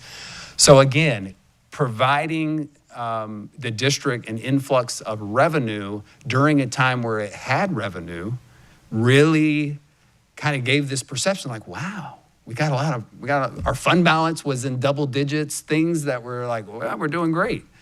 The fact is, it was all headed towards an inflection point that we're faced with today. So constraint number 6. Got to keep it straight. Constraint number 6 is compensation. Like I told you, I don't say this as an indictment. I say this as the focus on making sure that we remain competitive in our compensation is the priority. We have to do that. That's what keeps and sets us apart. Having quality people in the classroom teaching our students is that's the magic sauce. You want to talk about any program that's out there, we want to talk about this literacy program, this thing, this, that. The magic is in the person who is instructing the students day to day. And so investing in compensation is always a great thing to do, but it has to be done responsibly. And during this time where we had an influx of revenues, whether it be from property values or pandemic relief funds or what have you, we saw some very historic increases in that 5-year period. So much so that the next slide, I'm going to give you an example of what that looks like. Also during that time, just since 21-22 school year up till now, we have seen, which again, we have employer-paid healthcare options right now. We have incurred a 54% increase during this 5-year period in that contribution by the employer. So we have essentially been able to cover the cost of $10,000 per employee on average for their healthcare benefits. This year, we're paying almost $16,000 per employee. So if you just do the delta on that, that's millions of dollars more that we're incurring just on the healthcare side of things that is fully picked up by the employer, which, you know, in theory, we want to do that. We want to be able to provide those types and that level of coverage for our employees. But we're in an untenable situation as we move forward that this can no longer, we have to think strategically of how do we maintain high quality benefits and lessen the impact of the employee cost and the employee responsibilities. So those are all things that are currently under discussion right now, for sure. And then, you know, we are required by the state of Florida and the legislature in terms of the percentage contribution into the Florida retirement system. So the FRS contributions are dictated to us, and they have steadily just increased year after year after year. Just in a 2-year period, we have seen $14 million increased in our contribution for employees into retirement. I will say too, over that time period, we have also increased the starting salary to keep us competitive. We are number 2 currently in starting salaries for teachers. Just in 2021, we were at $50,000. And then now this year, we are at $60,000 starting salary. And you can see those percent increases that happen through negotiations each year over that time period. And what has that really amounted to? I want to use an example. So an example, if we had an employee in our school district making $60,000 back in 2020, they received a total compensation package of about $76,000. That includes their insurance as well as their retirement contributions. So if you applied those increases that were negotiated over that time period for the next 5 years, you would see how the salary has risen, the contributions to insurance that were not in our control, the retirement contributions that were not in our control, that combined compensation rose from $76,000 to almost $107,000 for that one employee in a 5-year period, amounting to a 40% increase in cost in just 5 years. And that is pretty substantial when you look at the trends of compensation increases and all of the factors that go into that. If you look at the market analysis, I think Ashley would agree that is a pretty significant spike in a 5-year period.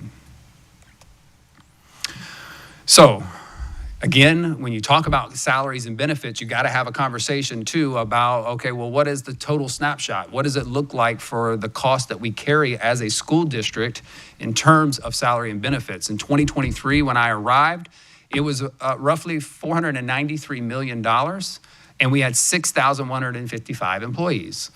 This year, we have one additional employee on the books, 6,156, but we have an increased cost of $58.8 million in salaries and benefits. And I can tell you that is not all in their pockets in terms of cash. That is because of things like salary increases, medical benefits increases, and retirement increases as well. All of that is a factor that plays into that. Constraint number 7 is just rising cost in general. If you think about our revenue, we talked about the FEFP formula and how that all is derived. And of course, we get grant funding, and that's part of that pandemic relief funding that we received 5 years ago. And then we pass through what the cost, the revenue to our charters, because that money does flow through the district and out to the charters. We actually amounted over just in 2-year period, or back in 2023, we've only amounted an increase of $7 million. Think about it. General revenue has increased $117 million based on the FEFP, but grant revenue has decreased by over $95 million. And that is the depletion of ESSER funding, of the pandemic relief funding. That's the delta there. We no longer have that infusion of those funds. Also, we have increased our contributions to charters from $65 million to $80 million now passing through just in 3-year period. So a $15 million increase to our charter schools. So when you take our total general and grant revenue, and this, again, this is not inclusive of every dollar in the district budget. This is just general fund and grant revenue funds, which is our general operating fund. That's how we pay our staff. That's how we operate day to day. Of about $783 million, we've only seen a $7 million increase in a 3-year period, on top of insurance increases of about $23 million, increase in retirement of about $14 million, just to turn the lights on, about $14 more million. That's utility costs, that's all the costs wrapped into one. Transportation costs, fuel, all of those things have increased by $3 million. Just maintenance, $1 million. Workman's comp, little things. You just think about little things. Property insurance, things like that. That has roughly equated to $56 million in increased cost, while revenues are not keeping up with that pace. So we have to make adjustments. This gives us the data we need to know where we need to go. I do want to talk about constraint number 8, which is new to us. This is something that we were informed of right before school started. We received a letter from the county and from the tax collector, who basically said that their interpretation of statute is different than the 24-year experience prior, which says to they're asserting that the statute is requiring that the school district, because we have a voter-approved referendum, and we have had that in place for the last 24 years, that they are going to impose up to 2% commission fee. That commission fee is supposed to be used for the tax collector's budget in order to operate that organization for 2% would equate to currently about $2.2 million on an annual basis over the course of the referendum, which is 4 years. So in essence, that's $8 to $10 million of our referendum over that 4-year duration that would go to fund the operations of the tax collector's office.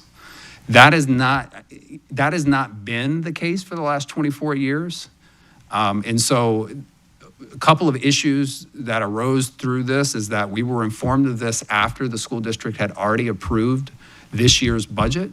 And so now it has caused us, because essentially they're imposing this on us, even though we're not in agreement that this fee needs to be assessed, or at least there should be some conversation about how to glide path our way to a reasonable negotiation around this issue.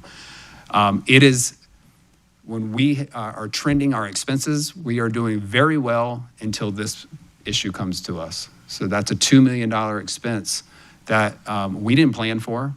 And now we're having to make adjustments to the other side about what services do we need to pull back, because we need to be in line with revenues.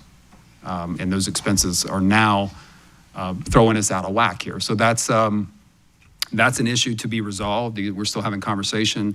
We need to come to a negotiation around what is feasible. I don't believe, it is my opinion, and the board obviously can weigh in and provide me direction on this, but we should have further conversation around how we move forward in this process. And you know, my recommendation that at least for the remainder of this referendum through 2030, that we shouldn't be on the hook for this commission. And then moving forward, there should be a negotiated settlement around how that looks moving forward. But the voters, when we passed this resolution with the Board of County Commissions and the school board, there was never an expectation that this was part of that conversation, and hadn't been for 24 years. And so I think, you know, that's my 2 cents. However, I do want to share that the referendum in and of itself is fully committed and protected to do what it said it would do. And our voters clearly voted on ballot language that stated that we would use those funds to attract and retain high-quality staff, that we would use these funds to prepare students for college and careers, that we would use it for literacy success, that we would use it for technology, and those enriching experiences like the arts. And so we're committed to making sure that every dollar that is generated through the millage referendum stays true to what our taxpayers have voted for. And we're very thankful for our community who has supported us for this with an over 85% approval rating. And then lastly, our 9th constraint is co-location. Now, things are changing in this landscape just day by day. We recently just had at the last state board meeting a revision to this rule. And so there was a lot of uncertainty around that. But the bottom line is that comes at a cost as we prepare to address how Sarasota County would respond to Schools of Hope and co-location and maximizing our facility usage. And so we have the Future Focused Initiative. And of course, that comes at a cost, right? We believe that we've done our due diligence to mitigate that cost to the best of our abilities. And I think that in essence, we will be able to provide these programs very well and on the cheap, actually, in terms of financial investment. And so I'm very proud of the team who have worked diligently to leverage grant funding and other funding sources outside of the general fund to do that. And even some fundraising through philanthropic and foundational support and community support with our junior achievement discovery centers. So I know that was a lot. We've talked about the conditions, the causes, the constraints, emerging and current. The final piece of this is talking about, well, what are we going to do? Where are we headed as a county? Where are we headed as a school district? And while these constraints are concerning, and you can almost hear a pin drop in this room right now as we talk about it, I understand that.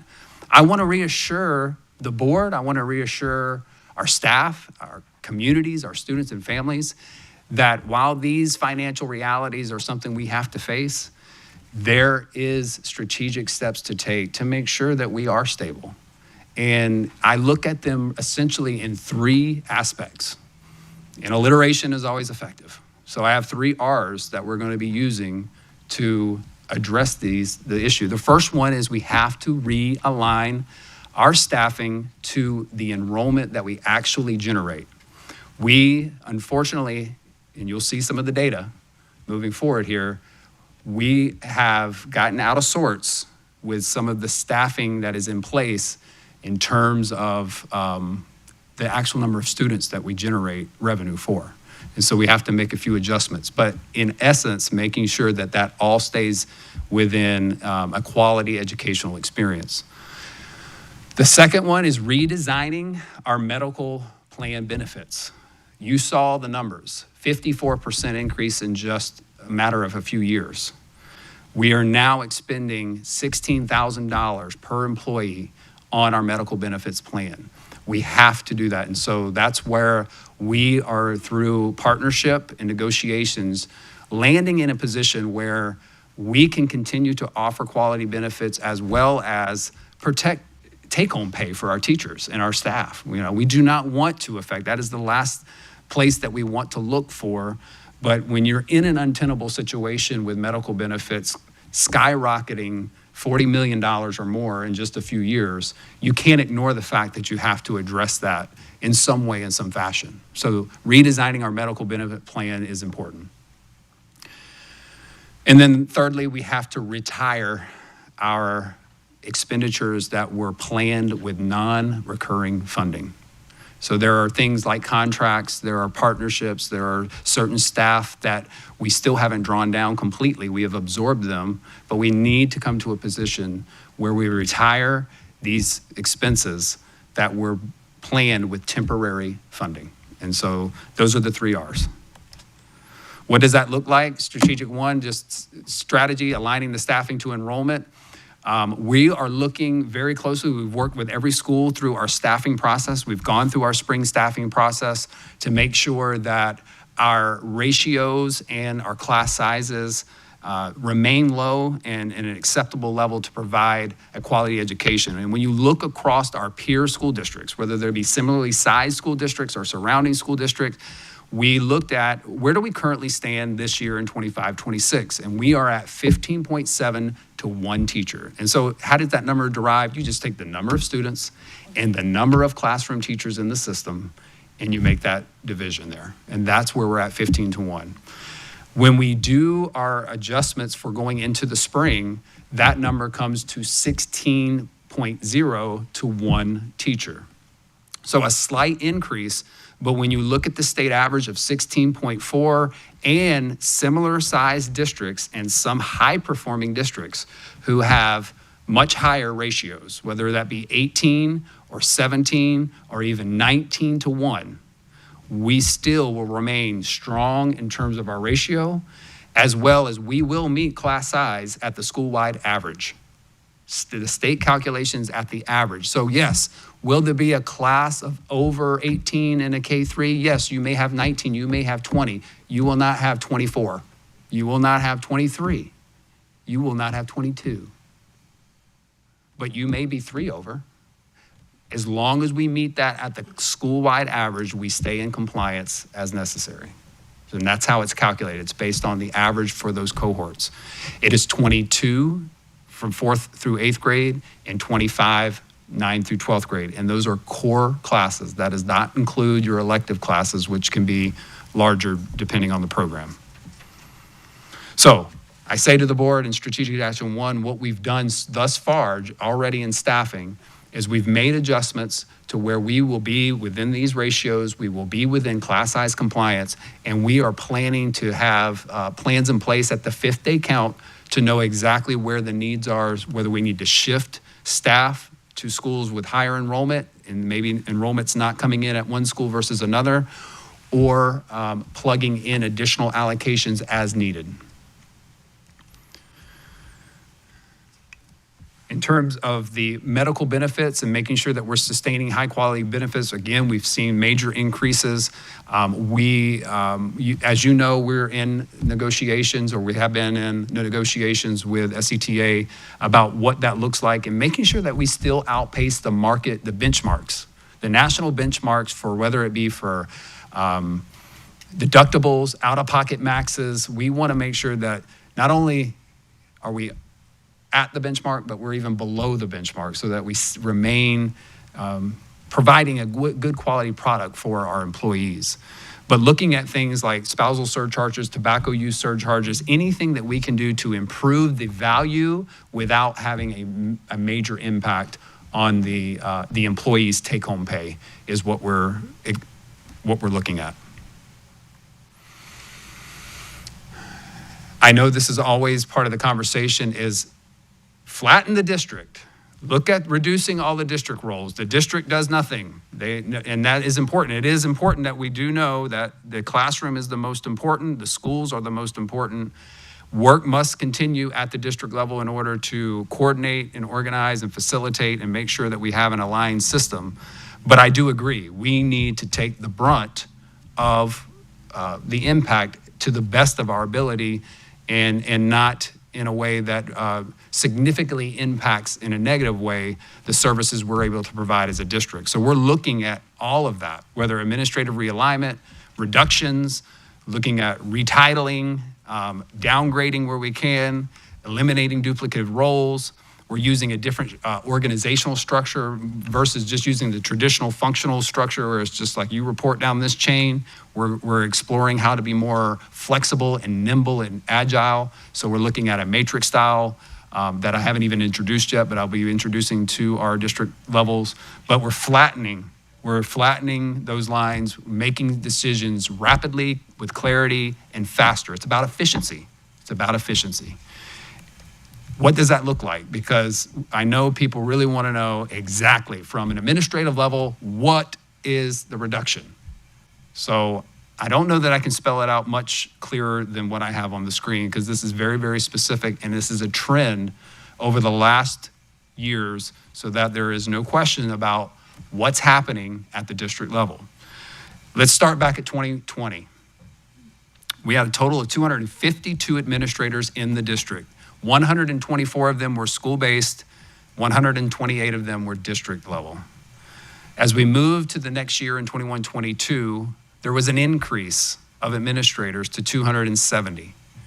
130 at the school, 140 at the district. So you see, increase of 18 personnel over that 1 year period. That was a 7% increase in administrative roles. You can see what those roles are in blue on the screen, and you can see the roles that were eliminated that year as a part of that measure as well. Then in 22-23, that increased again to 281 administrators. 2 of them increased at the school level, 9 of them at the district level, with a 4% year-over-year change. You can see those roles there. Then in 23-24, there was an increase of 6 positions. Mind you, when I came in, this budget was already set. I did add a couple of roles when I came in, chief of staff, chief of middle school, and I also added government affairs and an executive director of professional learning. So there was an increase overall. Some other positions were added prior to my arrival here, such as a farm manager and things of that nature. So we had an increase of 6 administrators at the district level and 2 decreased at the school level, for a year-over-year change of 1%. Then in 2024, an increase of 3 at the school levels. And again, we always look at the school level based on enrollment and what generates on a formula. So if more students move into one particular school, that may generate an additional assistant principal. So those increases would happen there.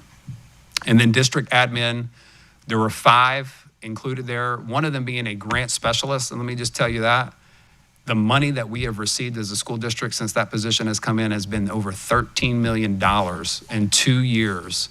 That position has more than paid for itself in dividends. And then, of course, you see some of the other particular positions that were there and some that were eliminated.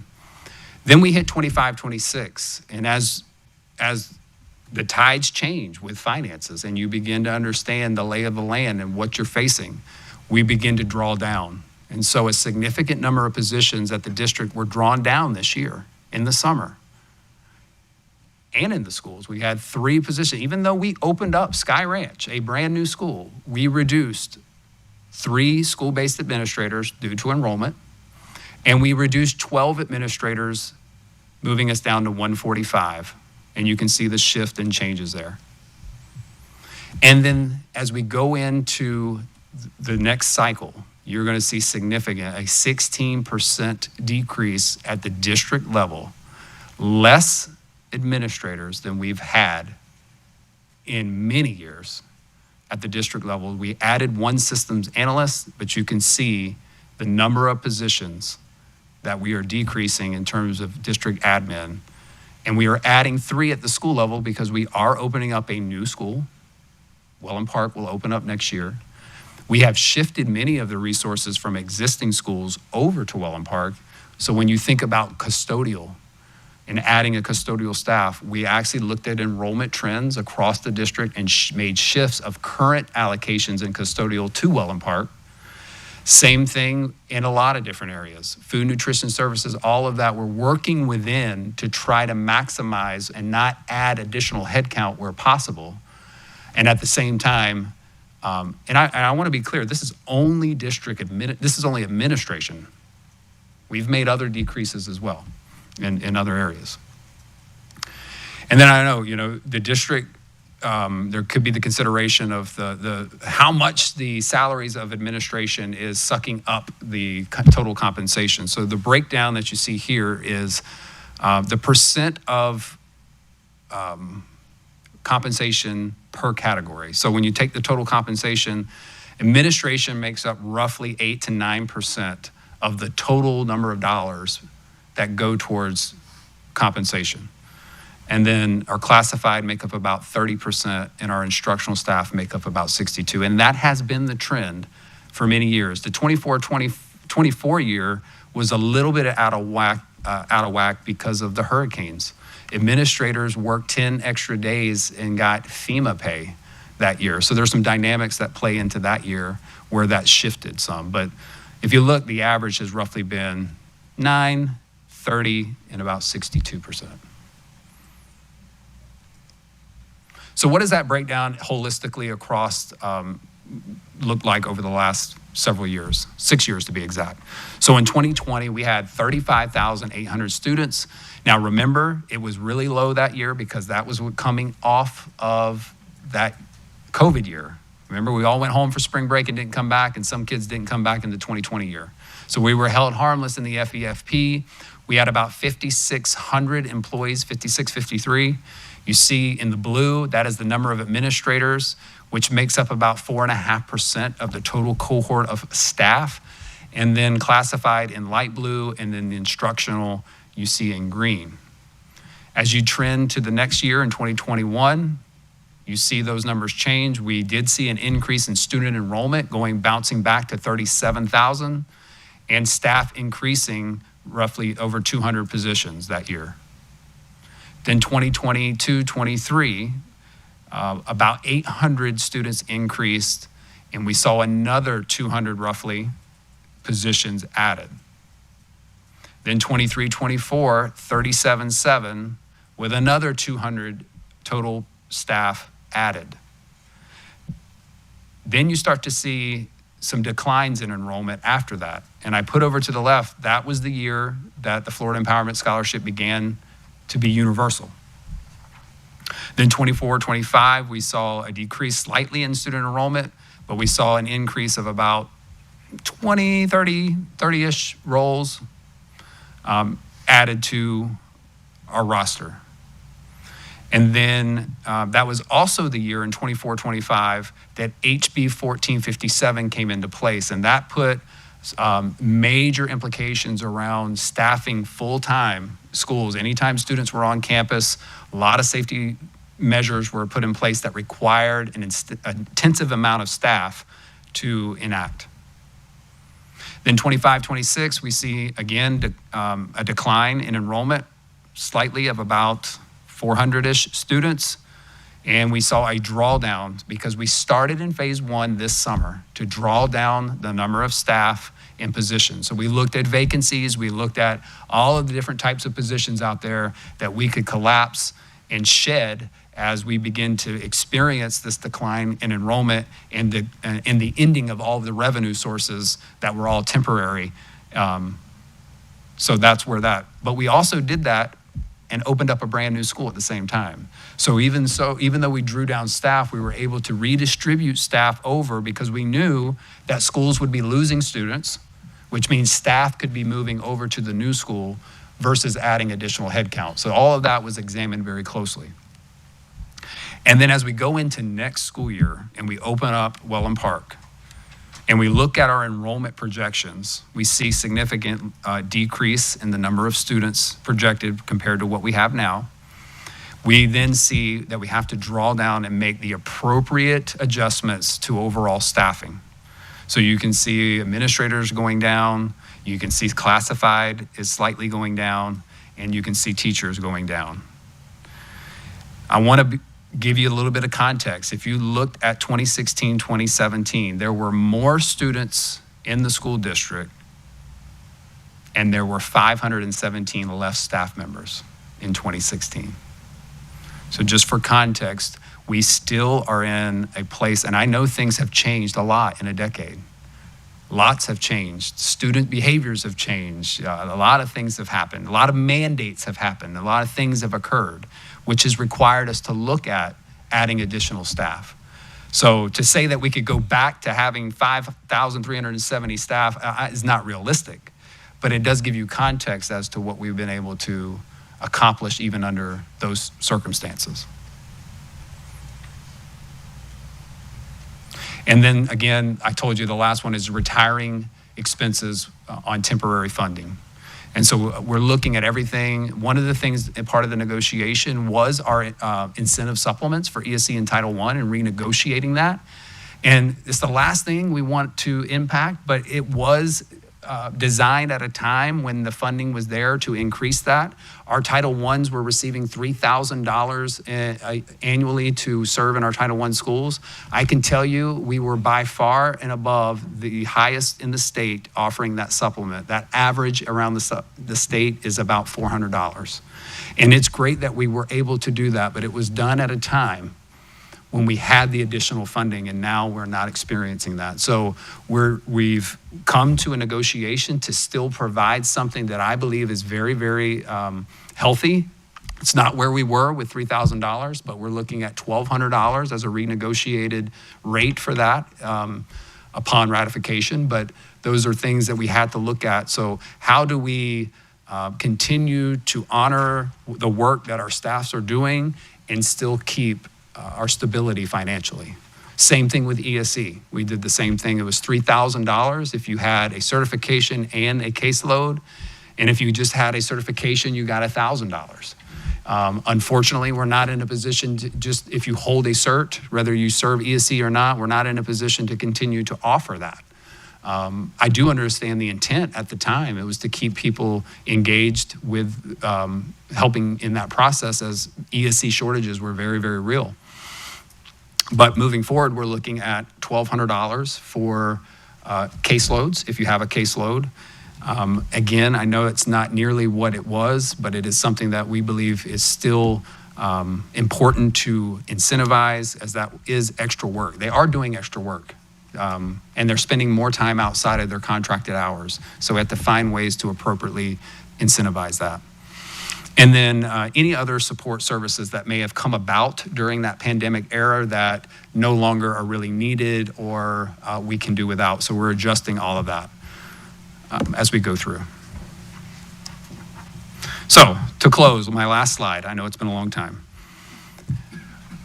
We are navigating financial correction just like every school district. I want to say this is not a crisis in Sarasota County. We will end the year with a 7.5% fund balance. We will start the year with at least a 7.5% fund balance. That is 2.5 times what most school districts are experiencing today.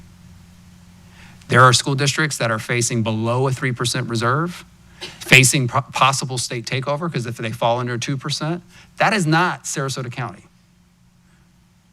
But we do have to make corrections now, or that does become a reality in the future. Because you can't have reoccurring expenses on non-reoccurring funding, and that's what they were planned on. So we can do this, we will do this board will do this community deserves that, and while this is a time period that's never exciting for anyone, when you talk about making these types of adjustments, and it impacts people, it impacts families, and I understand all of those things are real issues that we have to deal with. We will do it together, we will be responsible, and in the end, we'll be more efficient and be able to deliver a very high quality experience for our students. So I close and I turn it over for discussion. Thank you very, very much. I think that was exceptional. Board members, if without objection, I think we'll take a 5-minute break and then reconvene so we can have a fresh start for any comments and questions. So we will return at 12, let's just say 12:15.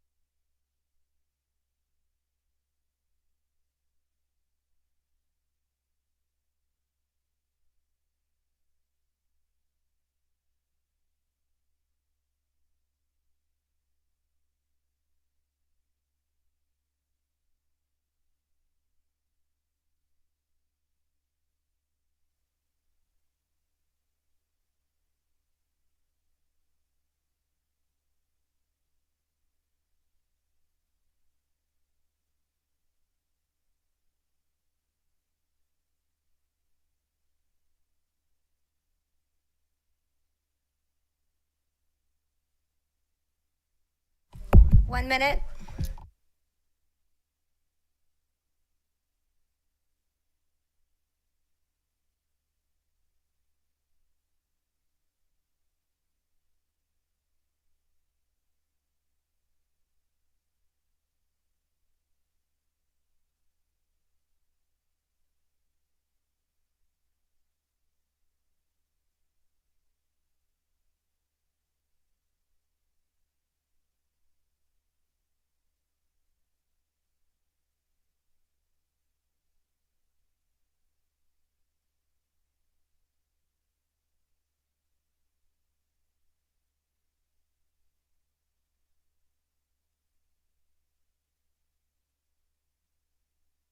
Thirty seconds.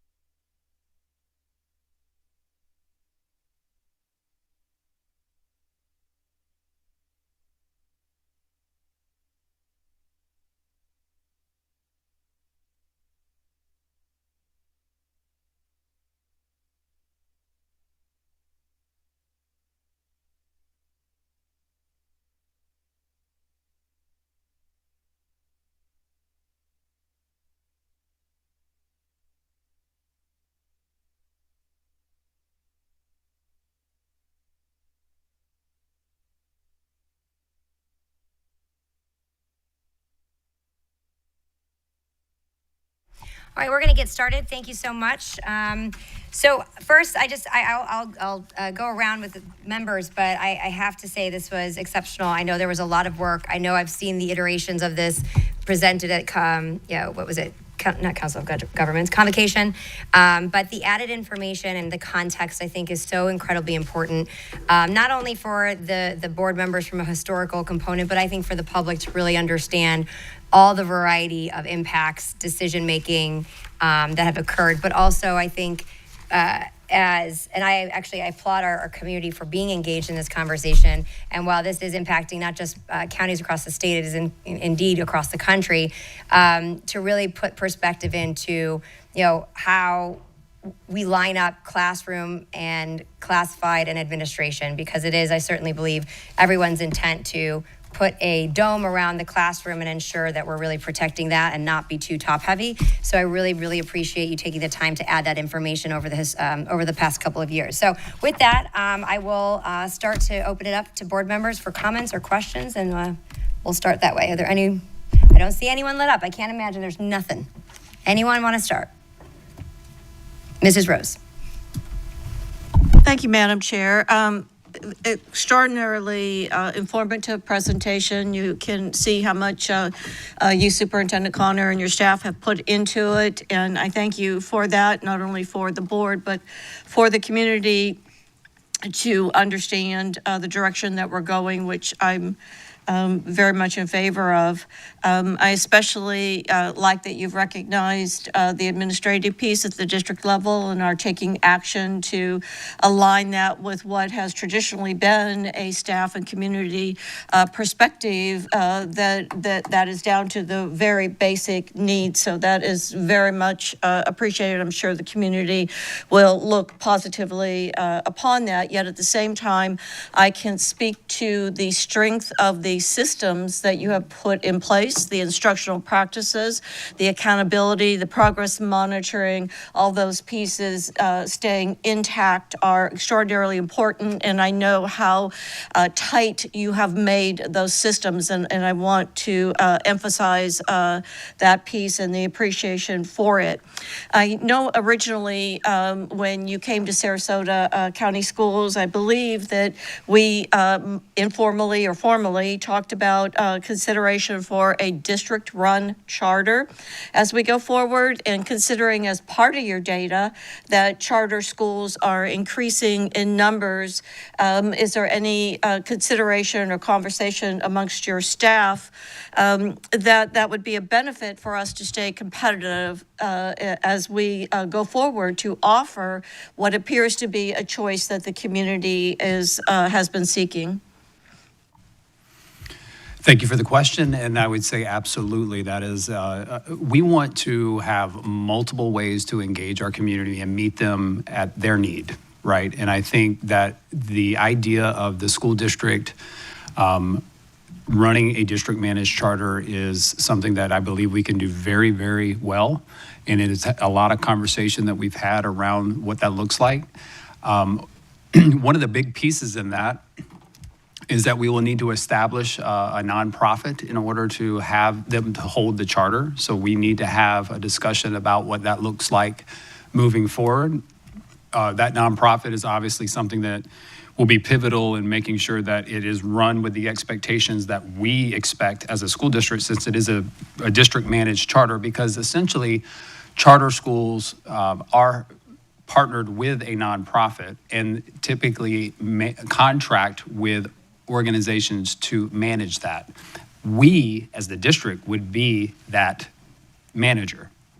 So we would need to have a very close relationship with a nonprofit that would allow us to do what's necessary to provide exceptional educational quality. So those conversations would need to occur to get down that road. It's not as easy as just filling out a charter school application and getting approved. There's many more pieces before that I would love to have conversations with you about around how we can go down that path, because I think it is an option where we can retain the funding, we can retain the students, and we can provide something exceptional for this community. I do want to go back to one conversation, just the administrative conversation too, so that there's clarity around those head counts and the reduction of head counts that you saw in those slides. There is still another phase to redesigning what that organization looks like. So by virtue, it's not just a sheer reduction. We're going to redesign the levels at the district office in order to be more efficient. So right now, we need to focus on the rest of this school year, get that under wraps, and then I'll bring forth that conversation as we proceed towards the end of the year about the reclassification and reorganization of the district level to be more lean, to be leaner, and to be more efficient. May I continue? Thank you for that. Very much appreciated. I also want to talk about the costs in our district and those rising costs. And of course, the salaries is huge part of that piece, and I want to say that I have been committed to and a strong advocate of paying competitive salaries for teachers and staff. I think that is essential, and I'm proud of that piece of where we are. In addition to that, may I ask putting salaries aside, what are our biggest costs? I know you have talked about medical costs. In addition to that, what do we need to be looking at? Yeah, it absolutely is just that. It's the total compensation that is really becoming a major roadblock for us because of the increased cost in medical benefits. Substantial, significant. Like I said, 54% is nothing to just ignore. You have to address that. In 2012 was the last time we looked at our plan design. 2012. So it was very, very much a necessity that we look at plan design. And that's why we've had this conversation in recent weeks about this, because we have to set ourselves up for our financial future. So we need to act now. You can't turn on a dime with your medical benefits plan. And so by doing that now and having the urgency of getting that discussion going, is why we've been where we're at in terms of our current negotiations. That's a huge piece of puzzle. The other thing is enrollment, honestly. Enrollment, we get revenue based on students enrolling in our school district. And so it comes from both sides of the coin. You've got increased cost and you've got less revenue. Our third calculation this year, we were down $5 million than what we were given in Calc 2. So when they do the true ups during each calculation, we lost $5 million in revenue from Calc 2 to Calc 3 because the students didn't show up. And so those costs, the revenue and sustaining that, and the additional costs are major for us. I'll be specific when I think of costs and I look at what is coming before the board. I'm also wanting to address legal costs. Can you speak to our legal costs as compared to the growth of other costs in our district that we've gone over thoroughly? I would be very interested, given our enrollment going down, where our legal costs have gone for the last few years, and is that something that we need to look at? Yeah, I do think it is definitely a multi-million-dollar expenditure on an annual basis. And I know we are trending lower than last year, but it is still significantly high in terms of where most of this occurs is ongoing litigation. So having a process and an ability to not necessarily settle, but to figure out road off-ramps related to multiple ongoing litigations is really, really important, because the hours spent to prepare to go to trial or to do all of that, it racks up. And some of these cases can go on for years and years and years. And so it is definitely, I would say, at the top tier of expenses that we need to address. Well, I realize that it is essential, and I believe that Shoemaker has done well for us. However, at the same time, I'm looking to see if there's an interest in this board in really dissecting into the legal cost of this district. And I know that we've talked about in-house legal and that cost compared to our current contracts that we have. I think this is a time where this isn't personal. This is, we as a board, and my individual belief, we need to be looking at everything. For me, the most important thing is academic instruction. I've made that clear from my service on this board and as a staff member in our community. And at the same time, legal costs can take away from that academic piece. So I would be interested as we go forward and address the cuts that we have to make per enrollment and all things that you have so adequately reviewed, if that's something that we need to be delving into, just to make sure that we are diligent and we are making decisions that are beneficial academically, that the community expects of us from a fiduciary standpoint. So I refer that to Madam Chair to see if there's an interest. Thank you. If anyone wants to, well, I'll comment on that one and then open it up, because no one's putting their marker on to speak. So I know in the past we have talked about doing a study, because I think there's a couple things to evaluate. And I know these conversations I certainly have even had with Mr. Duggan about just our financial situation, looking at evaluating rising costs, litigation. Certainly Mr. Connor and I have talked about that. Whatever proactive elements that we can be done, I think are critical. I think we have an obligation from a fiduciary responsibility to do that at all times, and certainly it has been discussed. And but at the token, I think that the conversation about evaluating what that best makeup is, whether you have a paralegal on the inside to kind of reduce on some of the costs, maybe that will reduce on the pre-litigation components. I think there's a variety, and I would never be opposed to looking at that, because I think it is our responsibility to do so. I know when Mr. Hardy, who was with us for 20 years, wonderful person, and even at that time, and again, I think Mrs. Rose, you say this correctly. It's not a personal aspect. I think it's a responsibility of ours.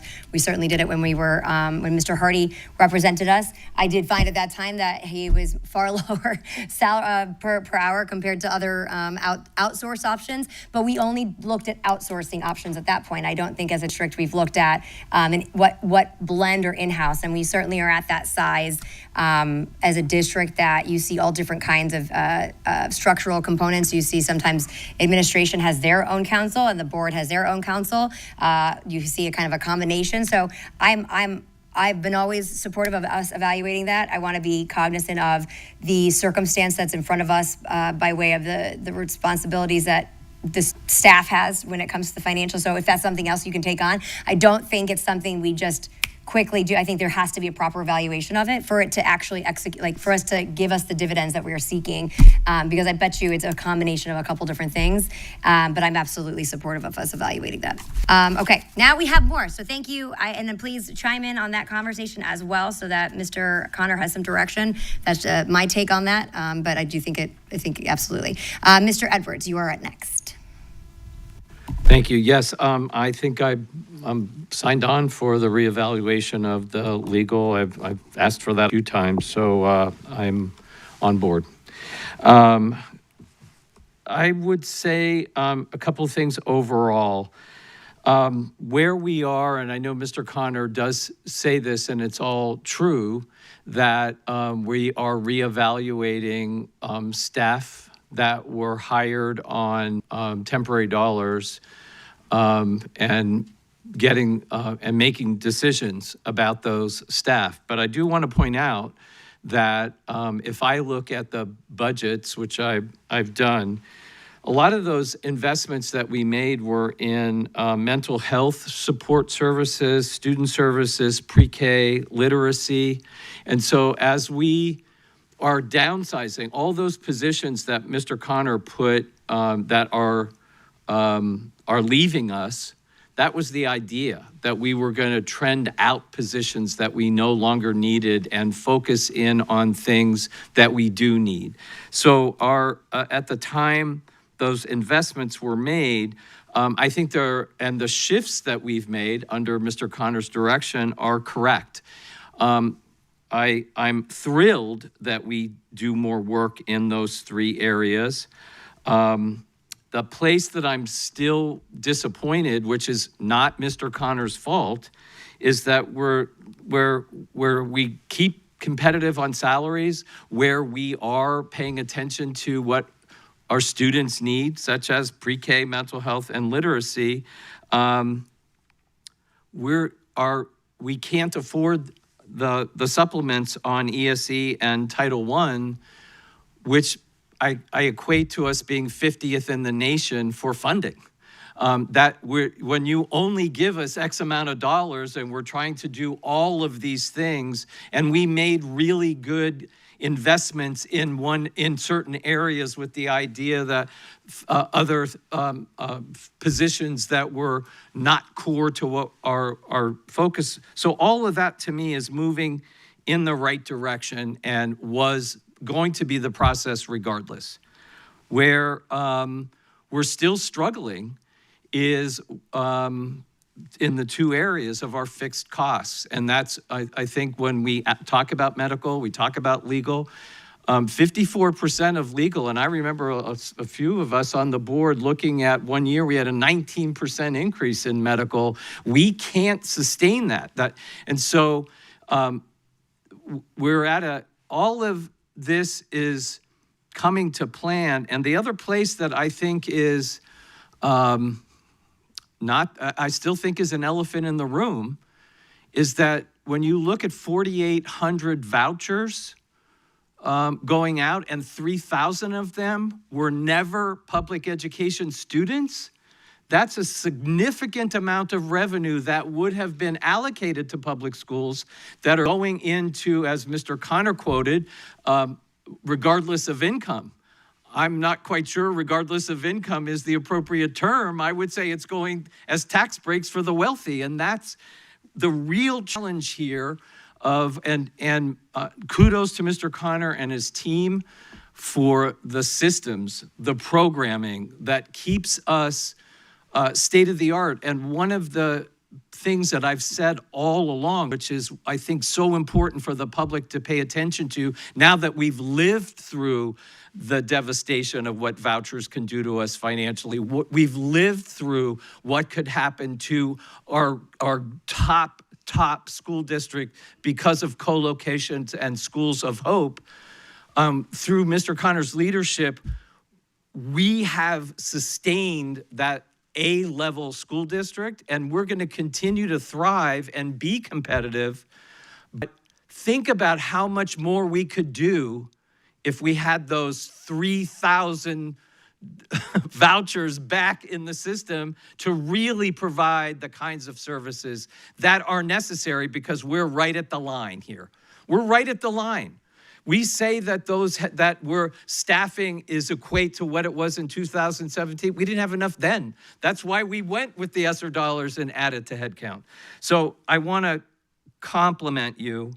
And you've done an amazing job. You've really done well by public education and our students. But I'm stressing to the public that to stay focused on how public education is funded here in Florida, and make sure that the one-size-fits-all that's been coming at us from the state doesn't happen here in Sarasota, because we've been navigating to maintain our high-quality schools. And I think that's, again, a testament to Mr. Connor. Thank you so much for your work. Thank you, Mrs. Marinelli. Thank you, Madam Chair. I've never had to sit on this side of the dais facing budget cuts. I've always been an employee, and I've gone through many of them, and they're extremely difficult. And with that being said, I think you've done an excellent job of explaining this and trying to break it down, not only for all of us to really understand, but for the community. And I think one thing is, it's a very complex budget. And I think it's going to be very important what we say and how we couch our actions, because we're going into territory that we've never really had to go into beyond charter schools. This whole school choice is much, much bigger, and it's going to continue to get bigger. And as I said at the last school board meeting, and I was only partially quoted, that I do support the vouchers as part of the choice program, but I wish there was a way that we could work with the legislatures so we wouldn't be so significantly impacted by them, especially the ones where students never even attended our district. But everybody pays taxes, whether we like it or not, and people pay taxes for our school system, so people have a right to use those dollars. This is today's time. We can't go backwards. So with that being said, I have just a couple questions. And you had made reference that probably through the legislature that we're going to have to increase SROs for safety. Is that an unfunded mandate, or are they going to give us money for those extra positions? I will say this in terms of safety and security. It's one of those areas where you feel like you could never invest enough into it, right? Because Correct. you always want to provide a level of security and safety for 100% coverage. And ultimately, we never can get and arrive at a place where you are 100%. So the idea that even if we receive funding from the legislature for this mandate, we far and exceed every dollar that we already get in terms of safety and security currently. So even with additional dollars from the legislature, and Mr. Parento can tell us the latest update from that, but I can tell you, we get about $8 million in safety and security. That doesn't even cover the salaries of the school resource officers. I know. Before you talk about all the other additional areas. So your answer is probably not, because we're already using other funding sources to cover safety and security. And I appreciate that, because you're absolutely right. I don't think any of us on this board want to compromise the safety of our students and staff. It's just that, they keep adding and adding and adding, and we don't get much to help with that add, because if we have to add, you got to take it away from somewhere else. So that money pot. So I've always felt I didn't want our benefits to be touched. I said that from the very beginning, but I don't see how we can't now with the, now that I'm retired, my own insurance goes up every year, and I have to budget for that. So I see it from both ends now, and I hate that, but I don't see how we can sustain all the different levels. So when you work through that, that'll be an interesting conversation. But I also would like to know, I've got a question, aside from legal, at some point, could you bring before the board, if they agree, what are our highest contracts? I mean, break it down so we can look at everything, because I can't imagine legal's the only thing. I know our SRO contracts are big, but we can't touch that. But what else is out there that we really need to look at? And also, Mr. Edwards brought up the conversation, the reduction of our counselors, and what effect will that have on the mental health piece? Because we all know that is very, very critical.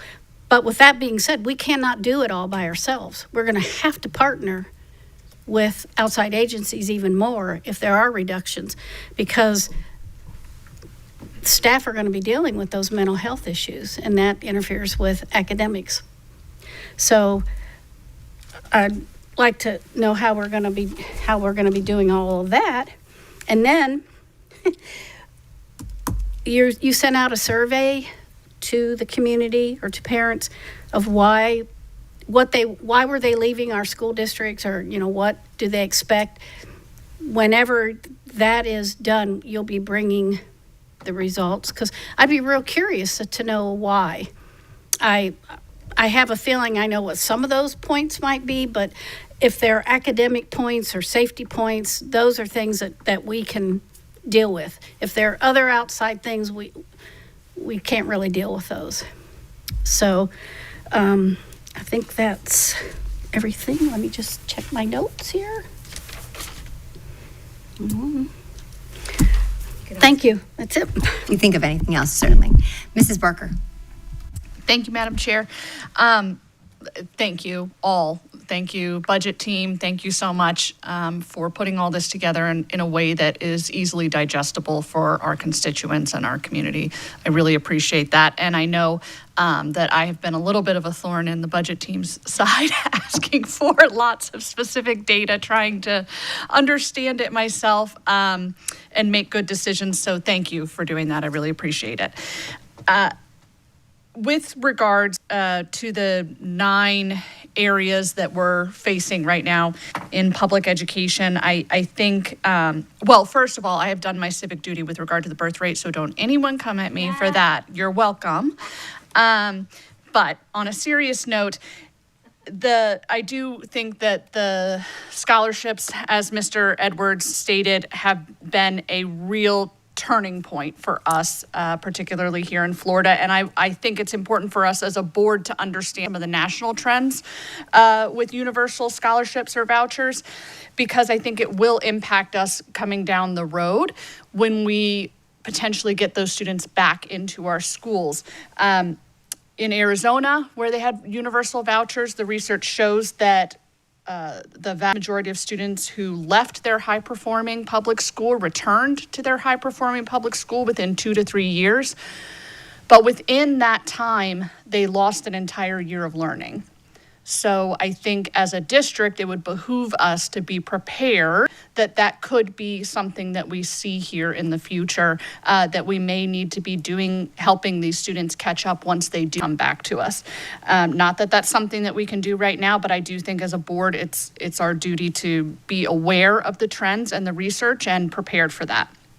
The other thing that I was curious about was our third calculation and the money from the state. And I know I spoke with our CFO about this already, but I think it's important for the community to understand that at this point, Sarasota County is not receiving any FEFP from the state as of the third calculation. And in fact, it was a negative number.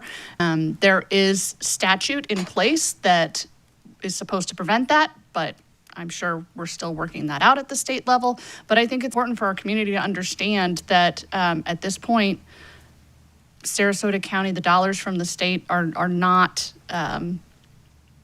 coming to us in the way they have in the past. Was that fair to say? Okay. Yes, there are 5 districts in the state that currently have negative state funding, and it's due to the scholarships.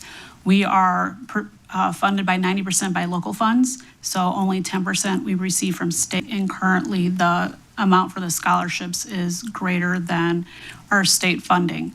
At this moment, I don't really know how they're going to handle it. DOE is still waiting to hear, but our monthly distributions were paused because at the moment we have negative state funding. Thank you. And were there any adjustments that we needed to make based on that in our budgeting for this third calculation? So with our funding coming 90% from local, we're still receiving FEFP funding. It's just coming from the county versus the state.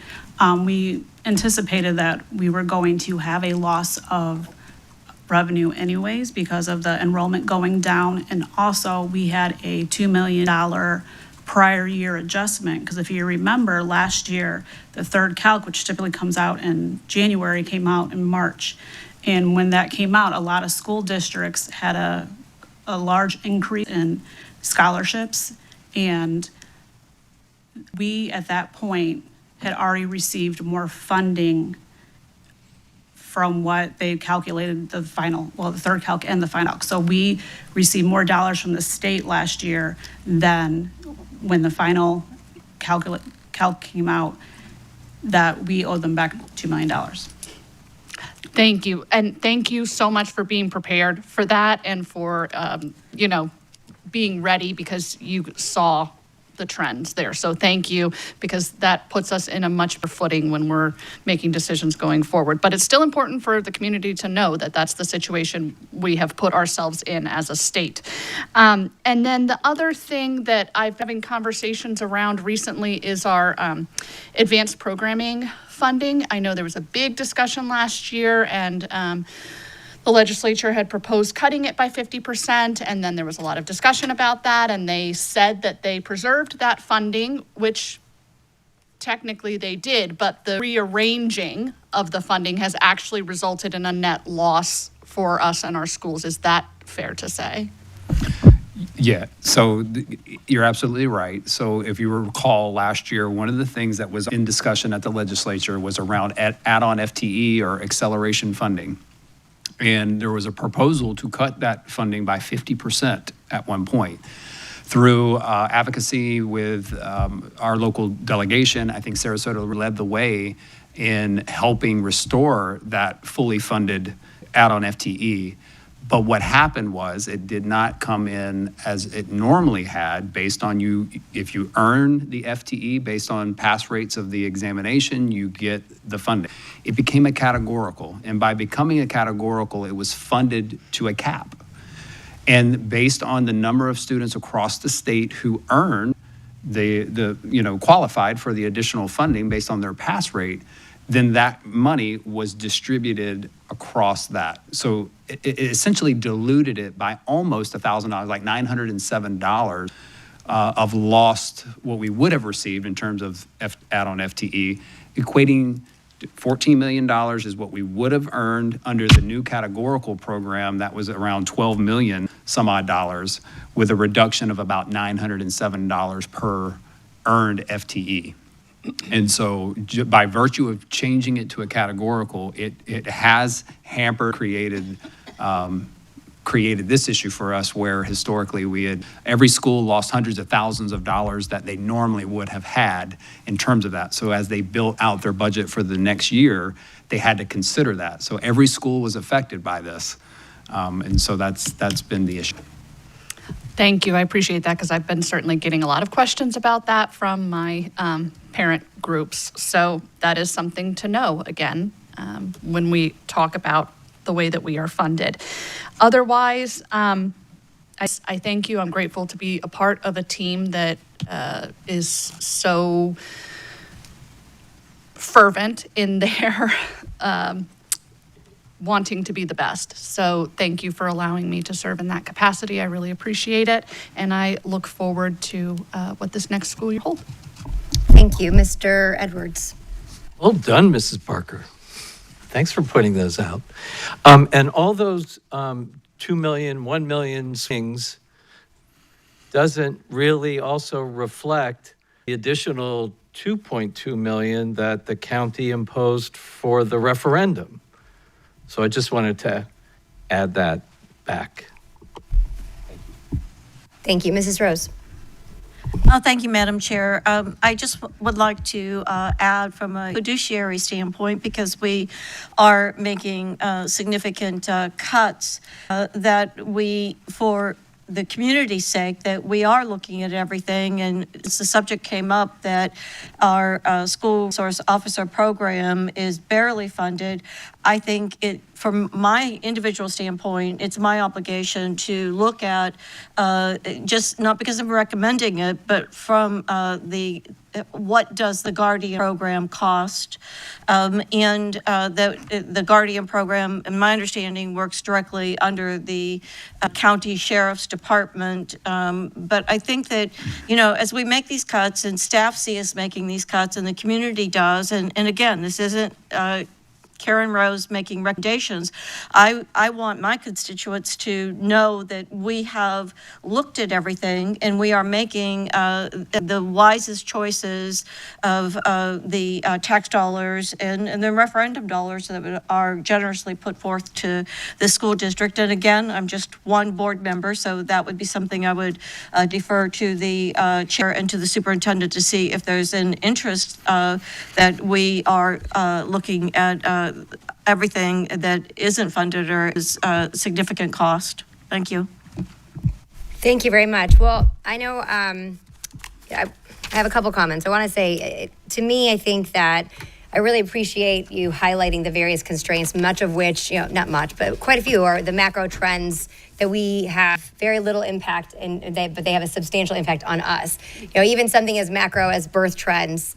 And I think to myself, and I know you noted this, and I'm not planning on getting into that conversation, but I do think that there are long-term effects that have occurred that played a role into decreasing birthing rates. And I think academics have a part, and there's a role to be played if we look into the future when you talk about really family foundations and components there. And I think that similar to a lot of things I'm going to suggest, I think that we're at a point where one, I'm glad our superintendent, and I believe this leadership team has a very open mind of being more entrepreneurial. And I think that's been needed for a very long time. I mean, the trend of competition has been showing itself for quite some time. I think, school districts, and I think you use this kind of framework in one of your presentations, was that, really weren't built or created during a competitive time. And so that mindset is not easy to shift. And so I think that over the course of at least a decade that I've been sitting here,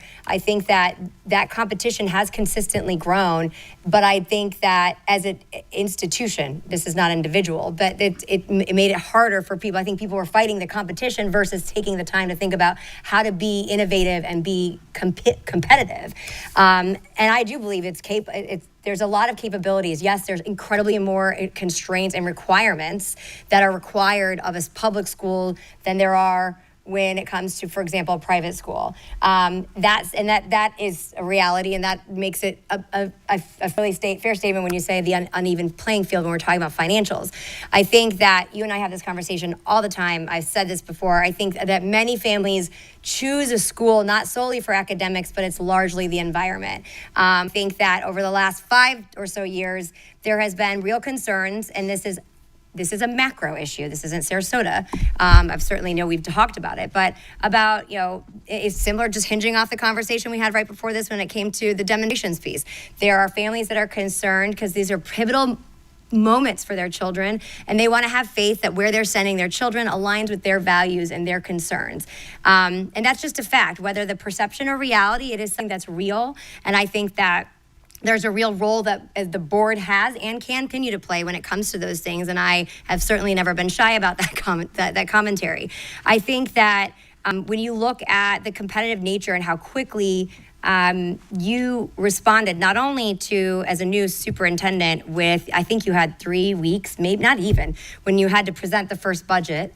And so this has been kind of a right sizing, for lack of a better term, it's such a consultant term, but like, right sizing the district to align with those trends over the last 2 years. And that is very difficult because you're new, you're evaluating. This board demanded that you focus on literacy, that we focus on ESE. And so there's been a lot of emphasis on those, and you've achieved them, but they're not something we're going to say, okay, good job, let's just hope that coasts. But we have a reality that we all have to look at of saying they're highly important issues that do demand those quote unquote systems that Mrs. Rose talked about that you have put in place. And so these adjustments are going to, they take a lot of surgical focus. And so I really appreciate that work. I know that that we're not asking, the level of service is the biggest concern, but there's a reality to this. It's not acceptance. It's just, it is a reality that has to be monitored very closely. But I do believe, if anything I've seen over my course on this board, is that this team is certainly equipped to do so. If you just get what your response was into the Future Focus initiative, I know I messed it up. I always mess it up. But to see how quickly you guys burn the midnight oil and to be able to present a comprehensive plan for this school district and the community was incredible. And to me, that just speaks volumes on what this team's capable of. And so first, I'm going to start with a question of when the choice when you mentioned we had a high increase. So kudos to comms. I know you guys have done a really aggressive job, and I know you really focus on that targeting. What, if you have the data, what age range are we talking? Elementary, middle, high? What was that? So we don't have that yet. Okay. It closed yesterday. Okay. And we got a high level, just raw numbers Got it. from our department. And so they're back there crunching that as we speak, Perfect. knowing who, even outside of the county or maybe outside of our district managed schools applied. So we'll be able to have that data for So you. very eager to see that, because I think that tells a story. And again, I only have a vantage point. I know Mrs. Barker really talks to their families too. And so it's interesting.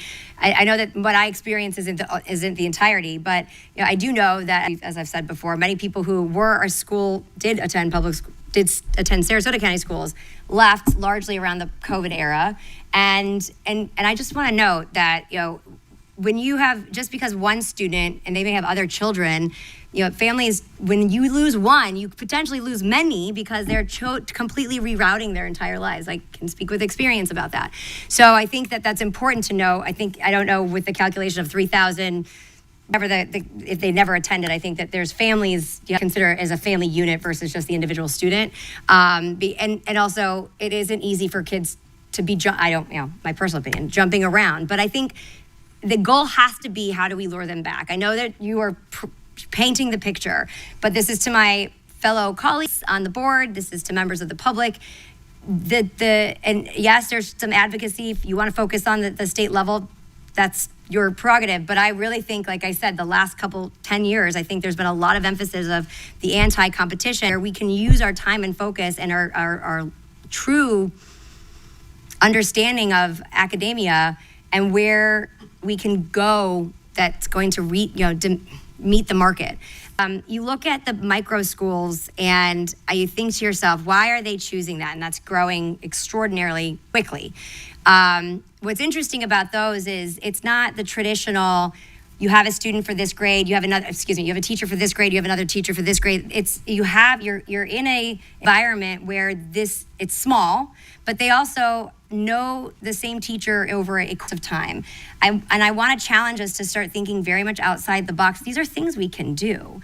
And I think that we have the capital that I know these other who are competing with don't have it. We have the safety components that we just talked about that I know the other places don't have it. They don't have the money for it. And so I encourage the challenge of, while also having to make these operational decisions that are critical and take a lot of time and do have an impact on the day-to-day, is we look ahead into the future of next year and the following years, just like you guys did when you look at what we did with Brookside or going to the K-8s. But looking at what the market is asking for. And again, I think there's a lot of opportunity there. And I think that if looking at those trends and think completely outside the box of what we have traditionally done, and I use micro schools as an example because I think that's something that can be done, especially when you look at those ratios that you pointed out, that we can again, open our doors in creative ways to reintroduce people back to Sarasota County schools such that they, whether it's a perception or reality, they will have the opportunity to see what in fact is the reality. And I really do believe we are up to that challenge. And in my personal opinion, while of course there's a reality to the financials and the impact, I would rather see our energy focused on let's think outside the box, let's go hard on the competitive component, because I think there's a lot we have to offer, but we can push that needle and envelope a little bit more, similar to what Mrs. Rose said about whether it be a district charter school, which you did a high level. I think classical education is booming.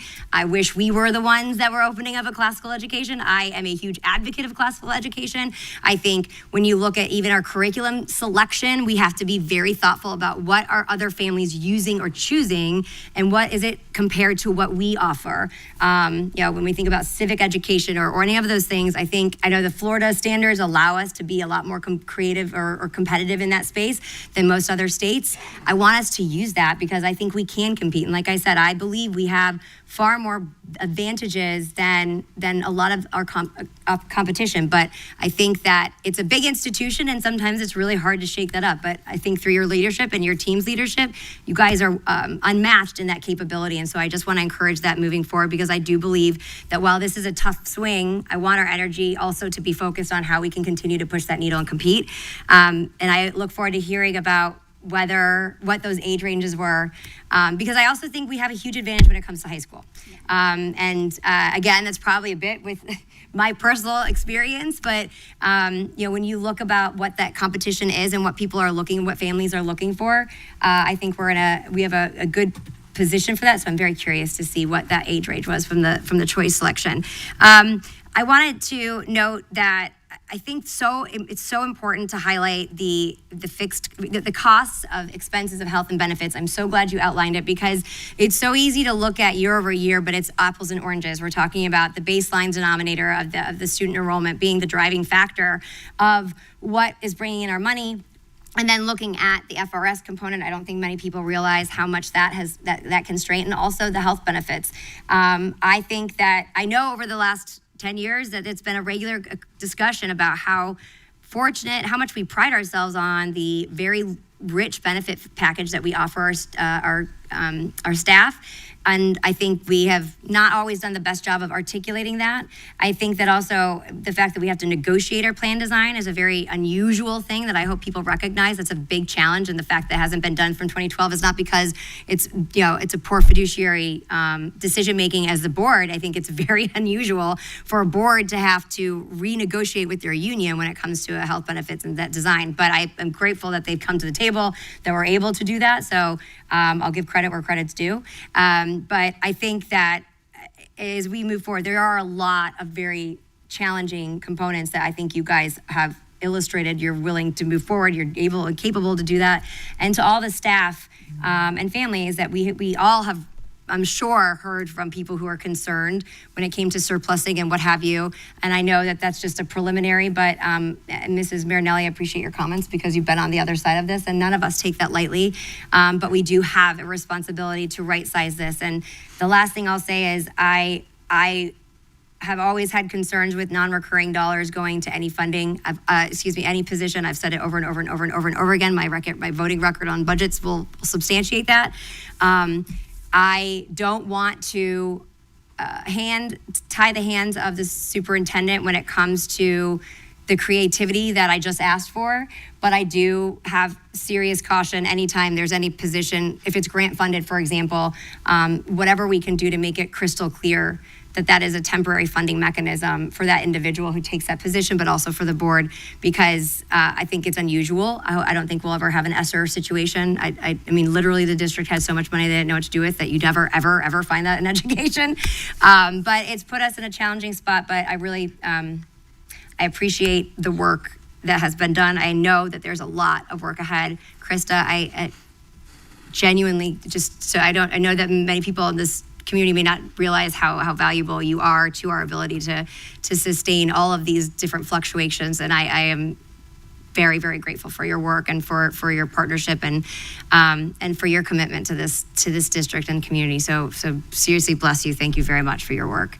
I don't have any additional comments. I know Mr. Connor, you're up here, but I want to thank you guys all. And I know that the future ahead of us is going to be interesting, but I think we've got what it takes to overcome any of those challenges. So thank you, Mr. Connor. Thank you, and I appreciate the comments and the direction provided today. And know these are not easy times, right? And as we move forward, I want to reiterate to the staff and to this community, these are complex situations. I outlined 9 big areas that I feel are having major constraints on us financially, but it's not just one thing, it's all of those things. And there are more than really just 9. Those are just the ones that I wanted to point out. And as a community and as a staff, the cohort of every one of our 6,000 plus employees that we have, we're working right now through the most difficult aspects of that, of the action steps that we're providing, which is to realign our staffing, because it does involve people. And we've got tremendous, dedicated individuals that when you do staffing adjustments, it hurts the most when you do that. And we're talking about people's personal lives. We're talking about where they work and who they get to interact with and the students they teach. And so it is not lost on this administration and on this board or even in the community that, yes, these are difficult times when you make these adjustments, but we do value that. And unfortunately, we can't avoid doing that through this process, being that the bulk of our budget is built off of salaries and benefits and staffing.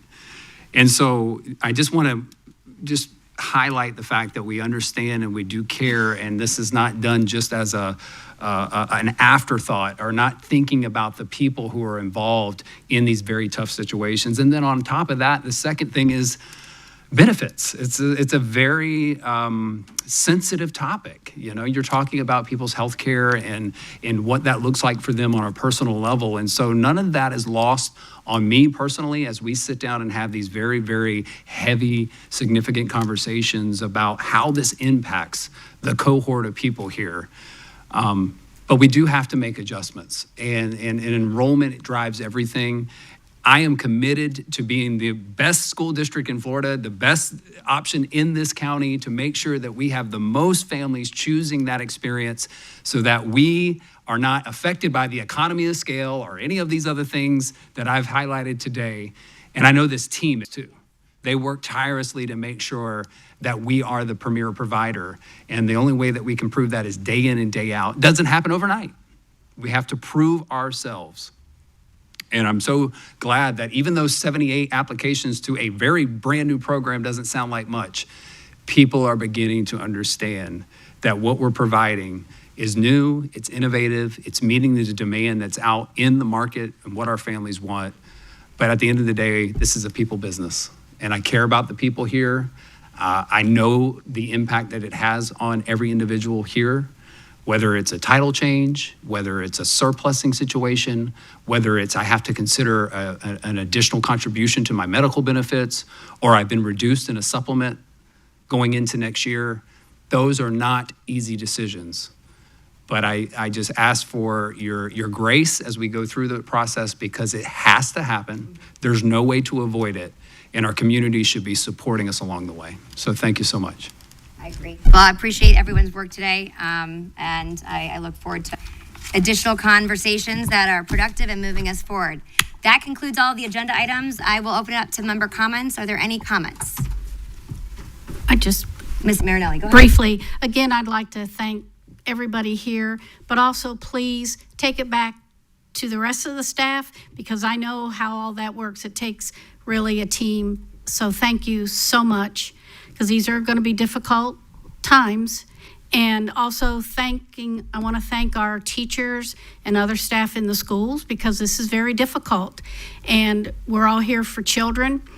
And I'd also, to my fellow board members, because there are subliminal remarks that are made, but we need to be together.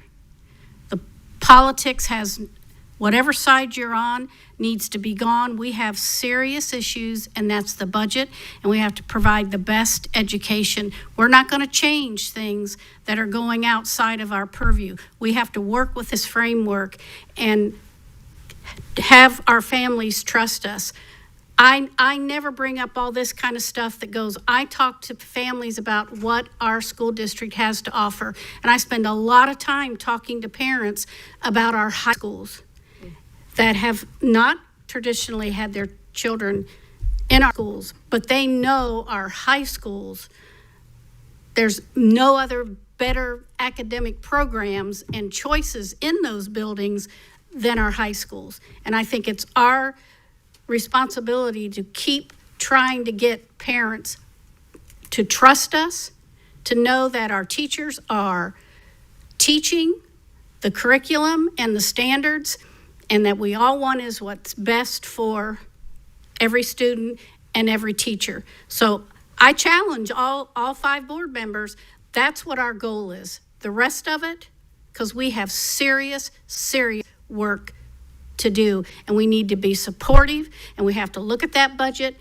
And Mr. Connor, thank you, because I know you're taking a lot of heat on social media.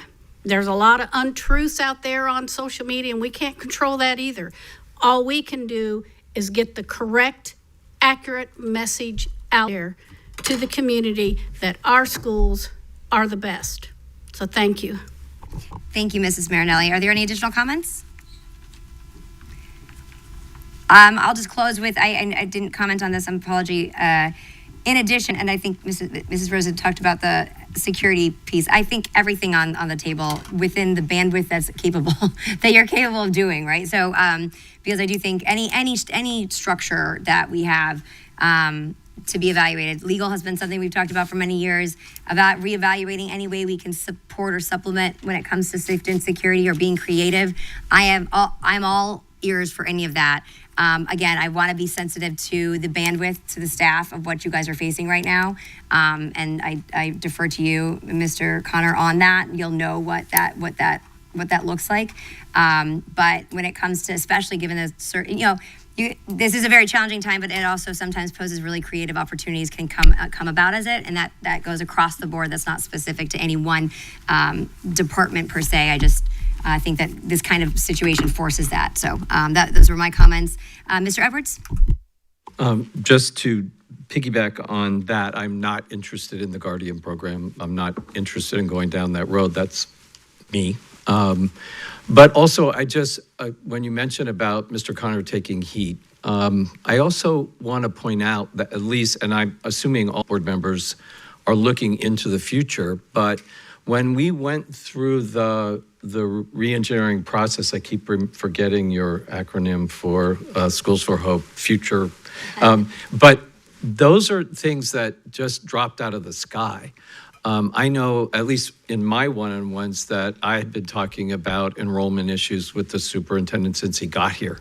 And so these were things that are, and I talked about medical benefits, I talked about the voucher programs, and I'm assuming that we all, in our fiduciary responsibilities, are trying to partner with the superintendent and come up with those ideas and suggestions and give him feedback along the way. So I agree and have been that person, at least from the trades academies and the healthcare academies and all those things that we started years ago to maintain or be ahead of the curve competitive.